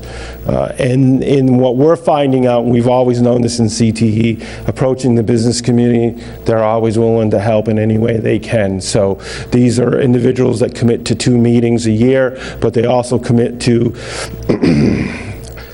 a story, welding program needed to purchase a high-end camera to be able to film welds. And so what it would be, it would film the students welding, and then we could break it down, and the instructor could look at it in the classroom. He brought it to his program advisory. They raised $10,000 for that, and we were able to purchase that for the program.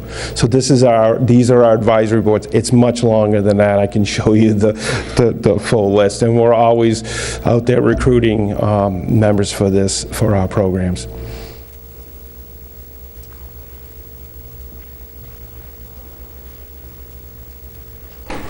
So this is kind of my what's been going on, and again, it is just a snapshot of a lot of the things that we've been pursuing and working on at PAFS. So one of the things we've looked at is work-based learning component in CTE, and that is again another requirement. Work-based. Let's get our students. We're teaching them these skills, and let's get them out in the community. Let's get them out working. It's one thing to do it in a shop environment, but let's take them out and get them working. So we've been working on developing apprentice programs. And the state of Maine allows apprentice programs in various different configurations, and some of them, but the key is that they have to be sponsored. We're working right now with the Pipe Fitters Union and the New England Council of Carpenters to develop apprentice programs, and the benefit for our students are that if they are able to go through the program, get accepted into these apprentice programs, the wages and the benefits are amazing.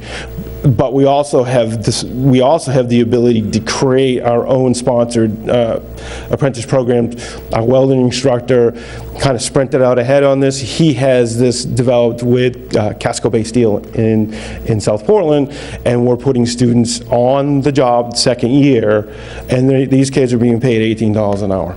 And they're being hired when they graduate from PAFs and their sending schools. So we're putting this together and trying to expand that whole work-based learning piece, and that would be something that kicks in the second year. All of our programs are built on a 2-year model because of requirements of the 350 hours and being able to move the students towards getting a certification. We have got a lot of great things coming down ready to happen on this one. The next one is I approached Portland Adult Education because we have a beautiful facility that's full of millions of dollars of equipment, and it gets way too quiet at night. And I feel like there's facility. Is there a way for PAFs to partner with our Portland Adult Education to offer programs for and sort of offer these adult education programs that lead towards certification and employment? And how would I do that? And how would we do that? And if you think back a couple slides of our program advisories, well, one of the reasons they do what they do is because they want to hire our people. So do we bring them in, look to bring them into the development of this program, whether it's carpentry, and I think that's the test that we're going to do, is develop that program for individuals who would like to come in and pick up the skills of carpentry with getting it at NCCER certification, and the adult education piece would be to help them with language acquisition and job skills. And we've been working to try to put that together, and it's kind of the age-old story is who's going to pay for it. But I think that's something we're still working on, and we really do want to do. We're committed to doing that. The next one is outreach to our L students. This is my second year as the director, and I had been the student services coordinator prior to that at PAF.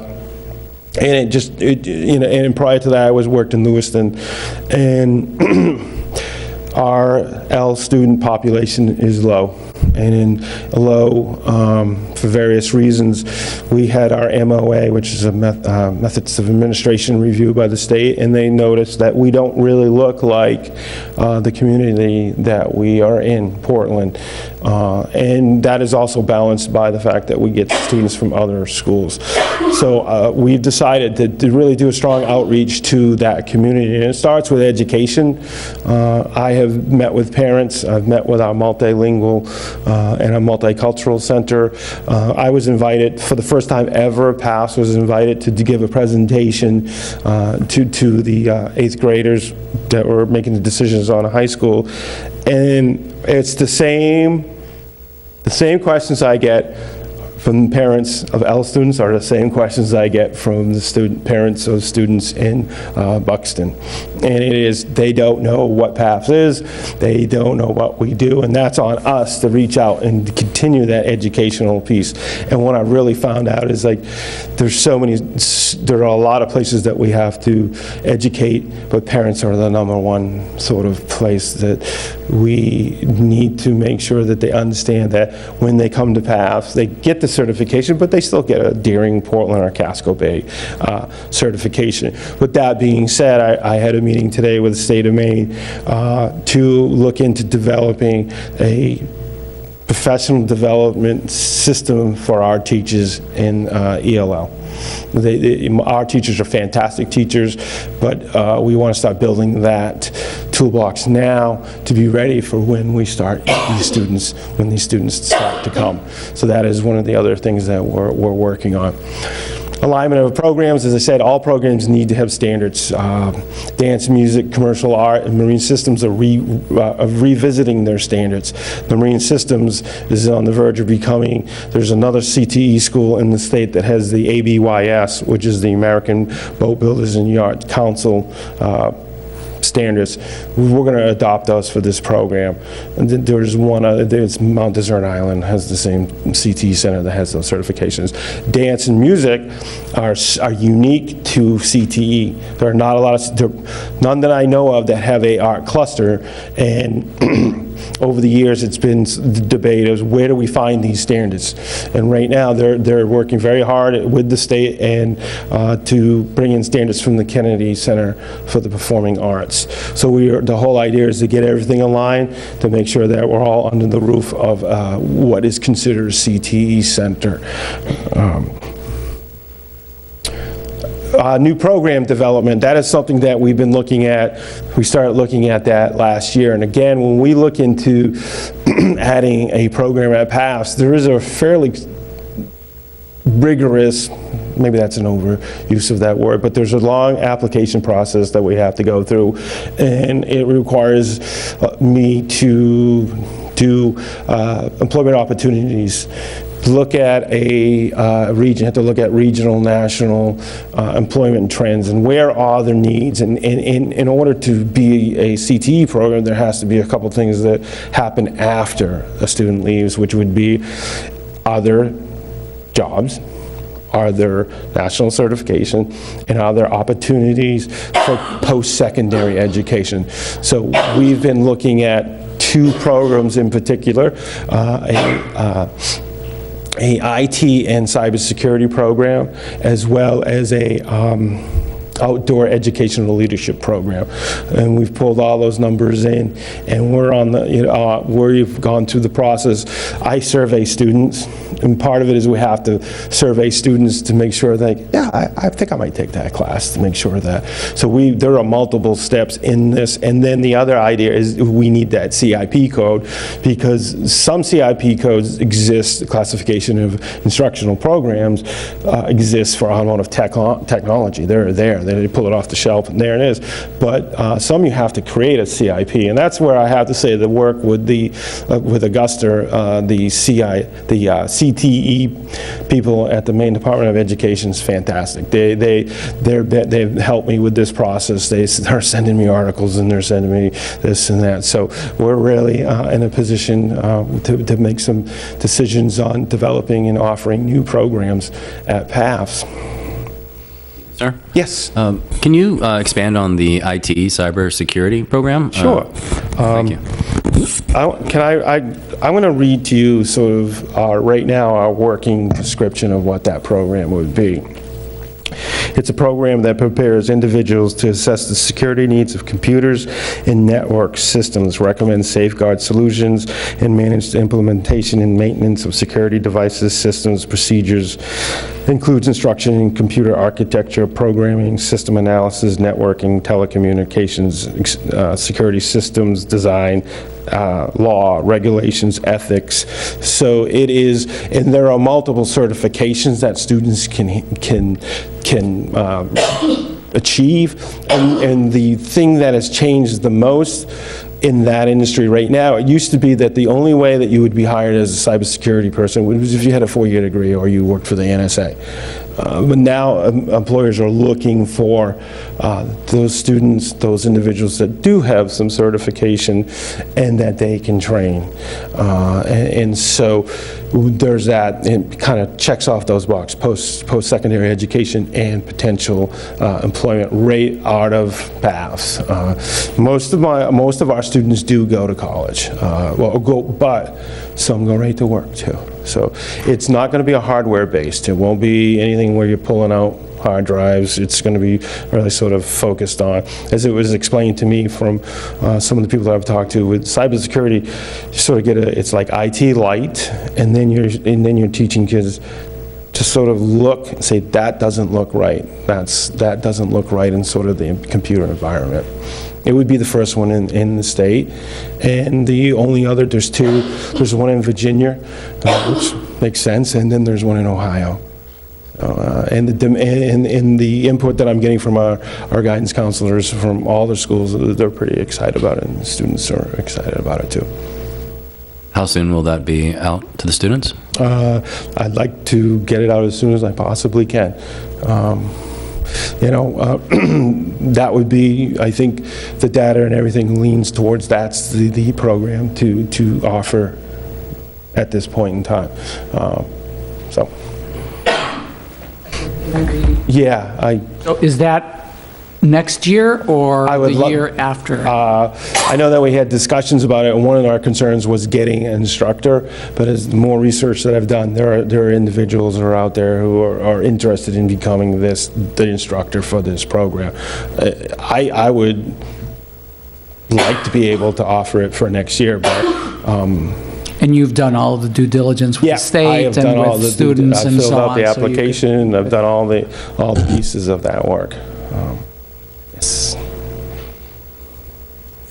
Since we're asking questions, to follow up to Mr. Belfonce's question, USM has a cybersecurity they do. Reached degree out to them, program, yep. and I'm wondering if we couldn't, and if you haven't already, to talk to President Cummings, because he's a big collaborator with the Portland Public Schools, and how potentially credits may be able to, I don't know, again, all the logistics, and I'm sure all of you and Jean would work through all that, but credits from paths transfer to USM and have a seamless, like we have a partnership with SMCC on credits transferring and so on and so forth. If there's a way that we can find out how to do that, because I think that it's going to be a huge thing. But are you going to get into further about the CNAs? Or can I ask you a question now? Sure. You can ask me about CNAs. I'm just wondering if you could elaborate a little bit on that. I work at Maine Medical Center. Mm-hmm. And we run our own CNA program for each of the community, and we can't keep up with the demand. We run 25, 30 students through 4 times a year, and those students become nursing students who then become nurses, and so we are continually at a shortage for CNAs.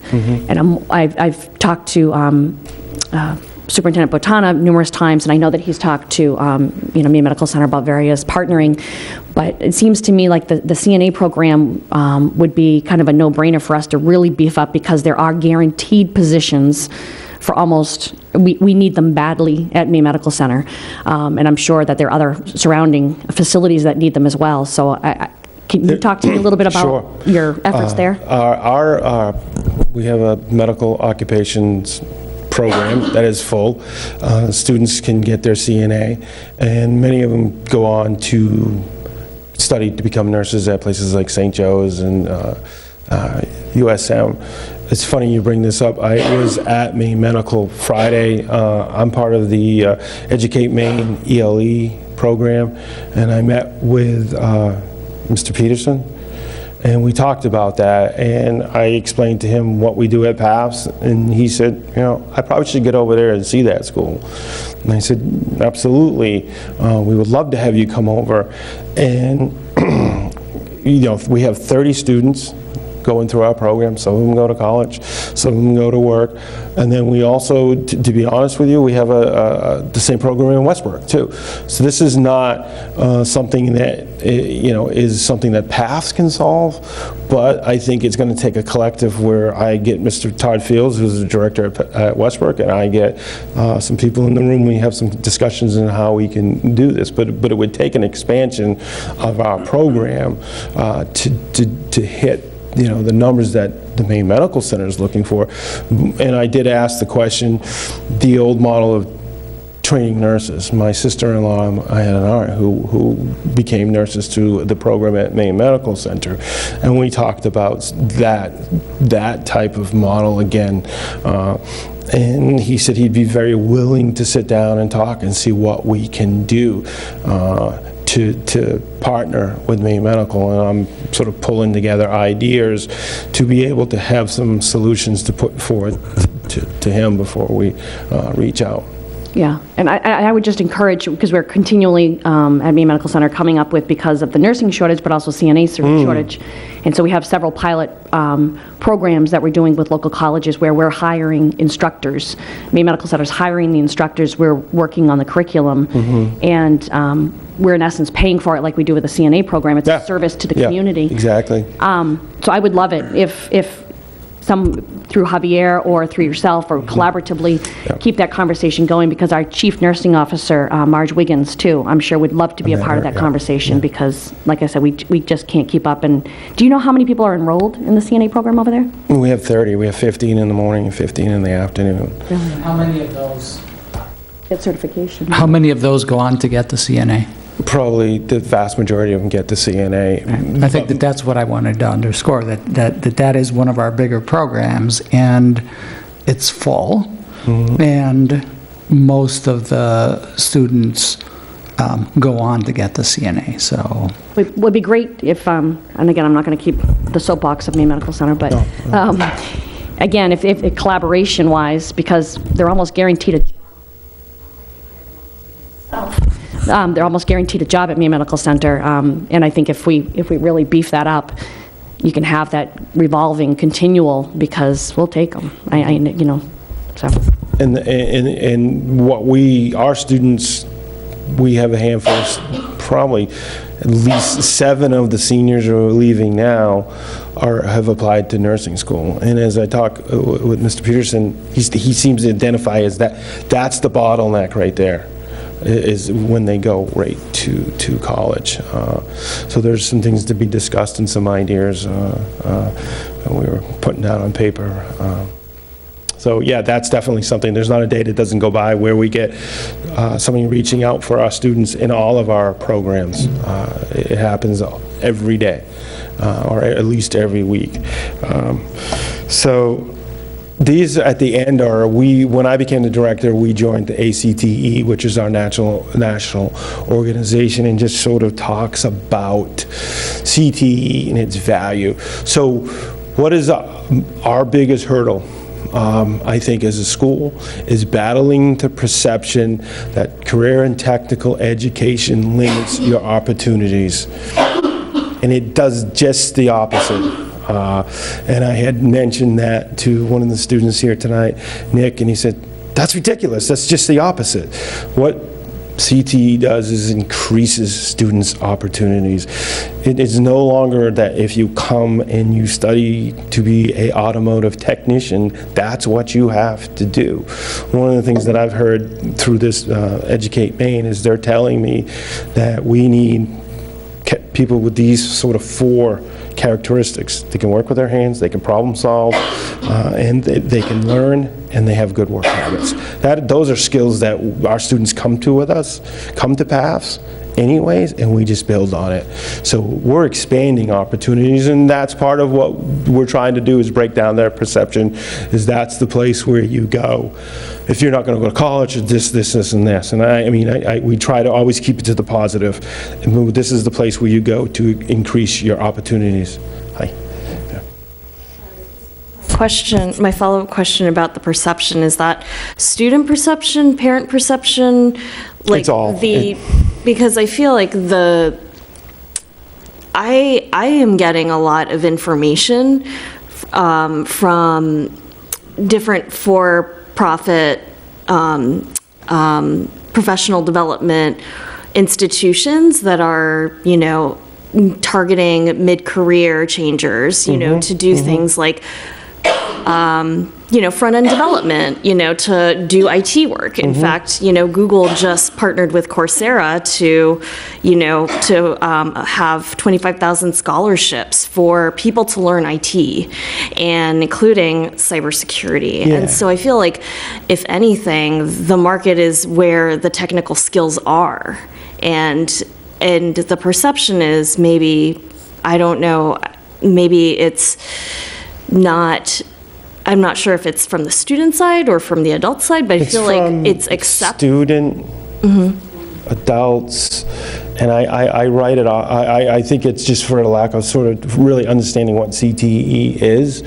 I was looking at something tonight before I came, and I jotted it down. And it's the sort of a ratio of what the real jobs look like in our economy, and it's like 1, 2, and 7. For every job that requires a master's degree, for every one job that is a master's degree, it creates 2 university and 7 certifications certifications or 1 to 2, students who go and get certifications, and that's what we do.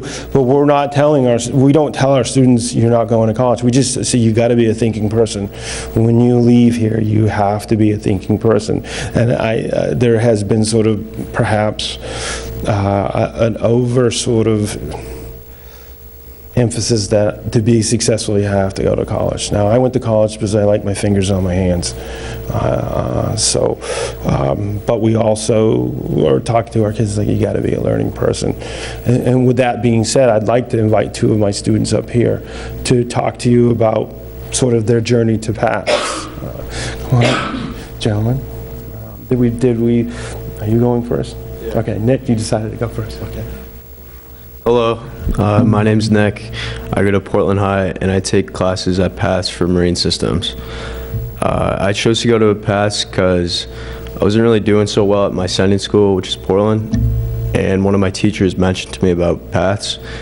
So I visited a couple programs and I eventually decided on Marine Systems.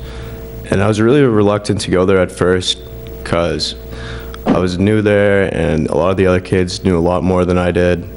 But once I got there, I really liked what I was doing, and I chose that class because I'm a student lobsterman and scalloper, and I could relate what I was doing in that class to what I do outside of school versus what I do at Portland High, which is different. And you sit in a chair for like 6 hours a day, and you get a half-hour break. But at PATH, you work on the shop floor, you sit in a classroom, and like you play with objects that you can put onto parts down on the shop floor, and I really learned a lot of PATH from my instructor so that I can work in a job place and not only go to college. So my future plans are to go to Maine Maritime, and I just got accepted to the engineering department, and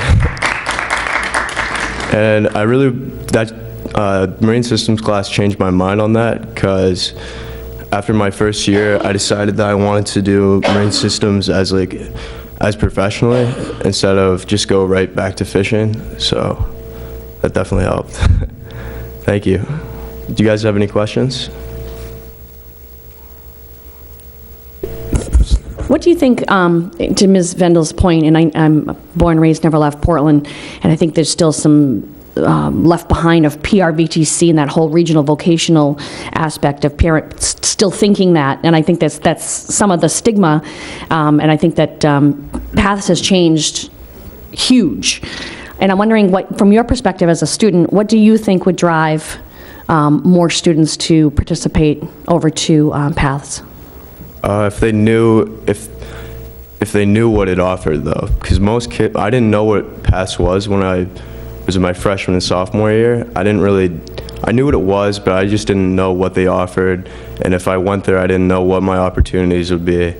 I didn't know what their classes were. I thought it was just carpentry, automotive, and welding, but there's a lot more classes than that. You just don't really hear about them. What hooked you? What brought you over there? just curious, because you've seen the lead up to, and definitely it was the instructor, because he's not a teacher, he's an instructor, because he's been working in the industry for like 30 somewhat odd years, and he's only been teaching for like 2. Mm-hmm. So he's definitely a really good teacher when it comes to that class, and I don't know how good he'd be as an English teacher, but he's a really good Marine Systems teacher. Well, if all of you have any ideas, in our student rep as well, of how we can get the word out of all the wonderful things that are happening over there, we're all for it. So we've been trying for a long time to continue that, and it's just, I think it's getting traction. It's starting to change. I think you are. Yeah, it's a hidden secret for some reason. I don't know why it's such a secret. Thank you. I have one more question. Oh yeah. Just to put you on the spot.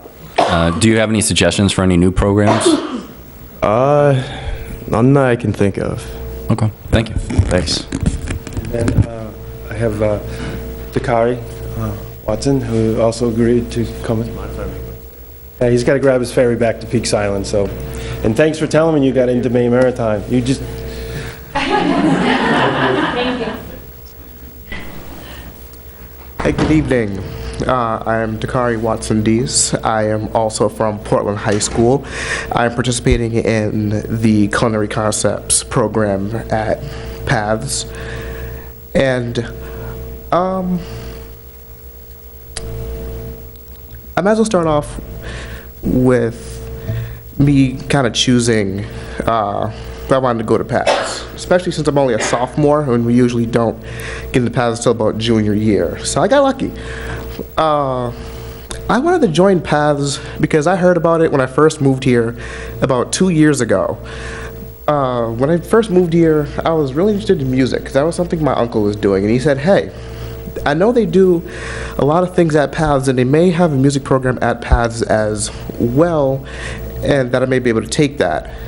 But eventually, my plans kind of changed and ended up kind of wanting to do culinary, especially since my grandfather, who sadly died a few years back, he was a very good chef. Well, he kind of was a chef, but not one of the really, known ones.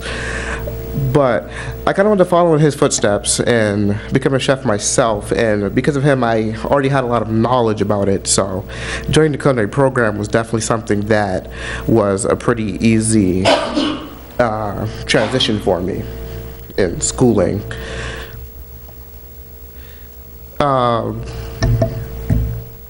Sorry. It's the kind of thing that I'm a little nervous about. So, in a way, Paths has also helped me. So, usually around this age, around 16, is around the time that we all begin getting jobs, as I've been hearing him in the presentation, kind of saying how we kind of go into the working world.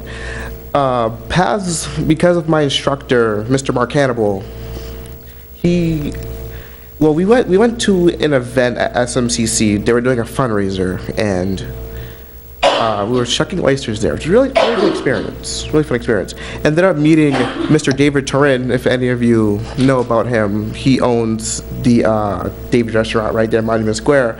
Ended up meeting him, and I actually ended up getting a job from him. So I actually work there now on the weekends, which is actually really, really nice. Future plans. In my future, I actually do wish to become a great chef someday, hopefully known.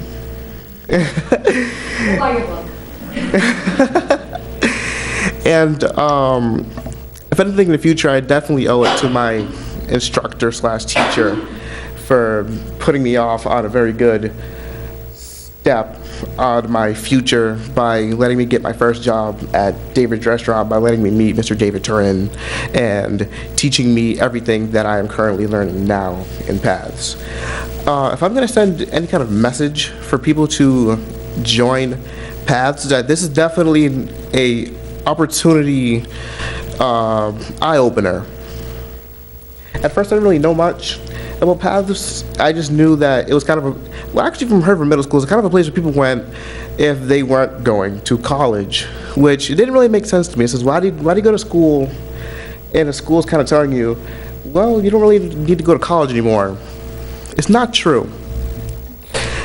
Taking this culinary concepts class actually gives me the opportunity to not take the kind of first part, the serve safe part at SMCC if I do go there for college, because I already have the knowledge and I get the certification for serve safe there. I actually get to skip that part and kind of start off already a little higher than most people, which I find really, really helpful, and I'm pretty sure that most of the other programs probably also do the same thing for college.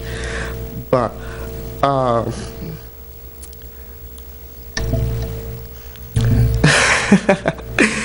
must. Any questions?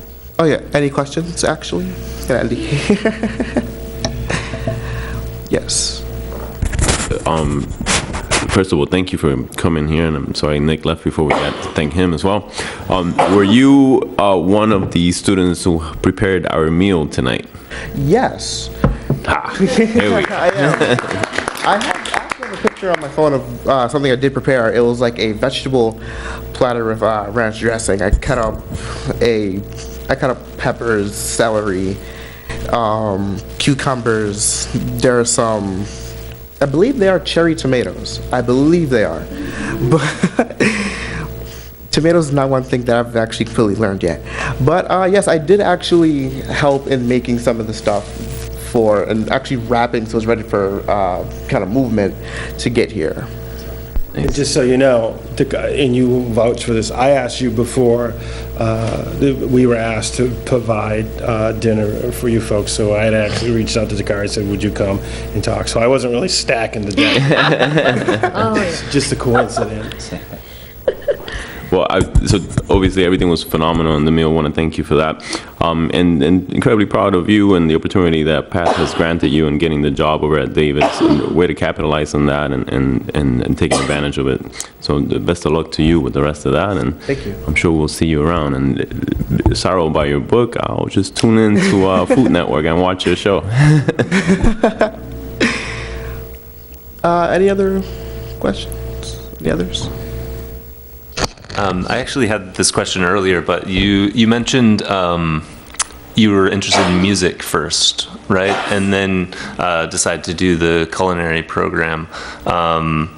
It sounds like you're very happy with that decision and with that path now, but I guess just what if you didn't feel that way? What if you said, oh, what you were thinking right now, oh, I'd rather be doing music? Is there flexibility for you to move in that direction? Actually, there is. Since every year's kind of every program's kind of a 2-year program.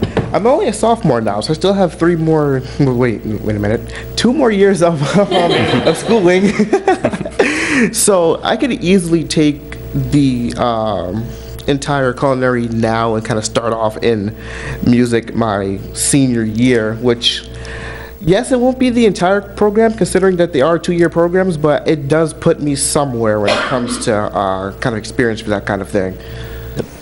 We do offer that flexibility for students. It's we just sort of phrase it, it's the benefit of being your schedule is already set up, so we do offer that for students. Hey, I did a year in this program. What about that?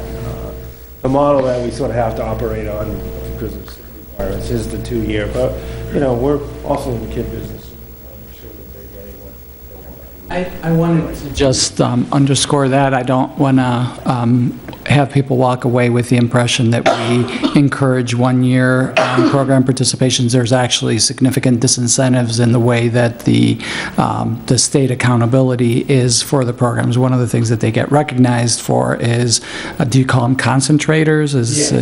So people that do the 2 years in a program. So there's not a active encouragement to sort of try this, and if it doesn't work out, try something else.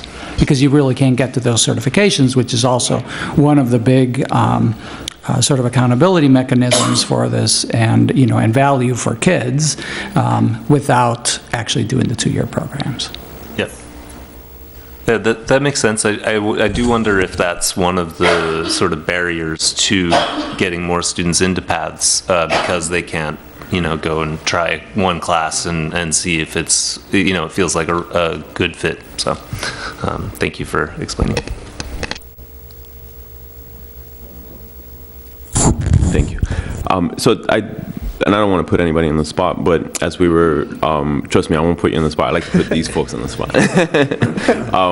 As we were talking about the a perception that PATS has had in the past and how it's geared towards students who might not end up in college, I kind of saw Isabel kind of nodding over there. So I was wondering what, as a student reps, and we have Anna, our PATS student rep, if you guys had any thoughts about how to, because you guys are the sending schools, how to promote PATS, how to make it amongst your peers a bit more information to be sent out, and welcoming Anna. I will not put you on the spot on your first night here with us.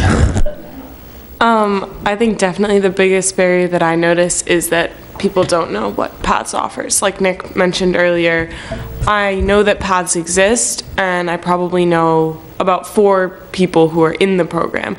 I'm sure there are more at Portland who go to PATS, but it's not talked about that much, and the programs aren't really communicated super well at our school. And I think people do see it as a kind of go to paths if you don't like normal school, as opposed to go to paths if you're really interested in these opportunities that they provide. So, and I think it would not even be that hard of a thing to change. I don't think people are opposed to hearing about paths in a more positive, opportunistic way. We just don't at this point in time. One of the things that we do every year is we go to every sending school and we give a presentation, what is PAFS. Some are very generous with their time, some are not as generous with their time. For the first time this year, we've been invited to every school that sends there. So that means historically there are certain schools that are outside of Portland that don't let us in the building. We've been invited to every school. I even gave a presentation to the Cape Elizabeth School Board. So we're gaining traction. Some schools give us a lot of time, some don't. I'm not in a position where I feel like I can demand, give me an hour, but we are consistently out there marketing our programs, and we've taken an approach this year. We're offering all of our guidance counselors, we've printed these brochures, we're even giving them a rack to put in all that stuff. It's like the Nissen bread approach. We'll give you the rack, we'll give you all the documentation, and then we'll come in and give you more and get a chance for us to talk to the guidance counselors, school counselors. So we're out there. I mean, this from now until the end of the school year, this is our time. This is it. We're out recruiting and we're visiting. We're giving presentations to all of our Sunday schools. Yes, yeah. I also just kind of want to make a comment. It wasn't. Oh, okay. It wasn't greatly talked about. I don't know if you brought it up, but one thing sort of going back to making the decision on the classes, to get into a PATHS class, you have to do a visit. Mm-hmm. And so you go to the 2-hour PATHS class that you would like to visit and sort of see what it's all about, and you go through the day as a student. And so that sort of gives you a feel of how you would like the class itself. So I just sort of wanted to put that more openly out there. Thank you.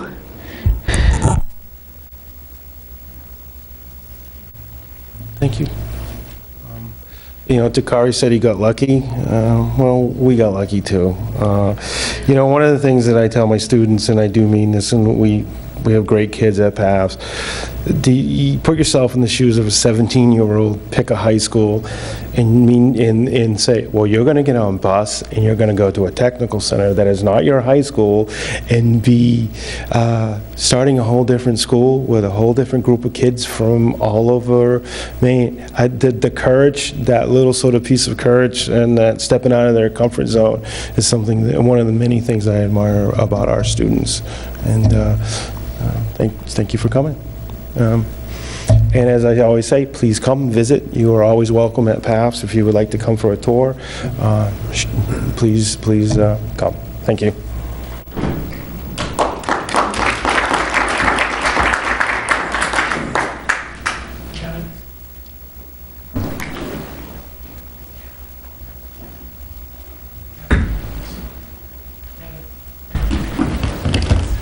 Can I just quickly thank you, Kevin, too, for an excellent presentation. I think adding the perspective of the students was really smart. But I think that you did a great job of capturing that. And also, you know, without overusing the word rigor, showing that this is, you know, these are experiences that lead to certifications that are marketable for students, and I think that's really important for the public to understand. So, thank you.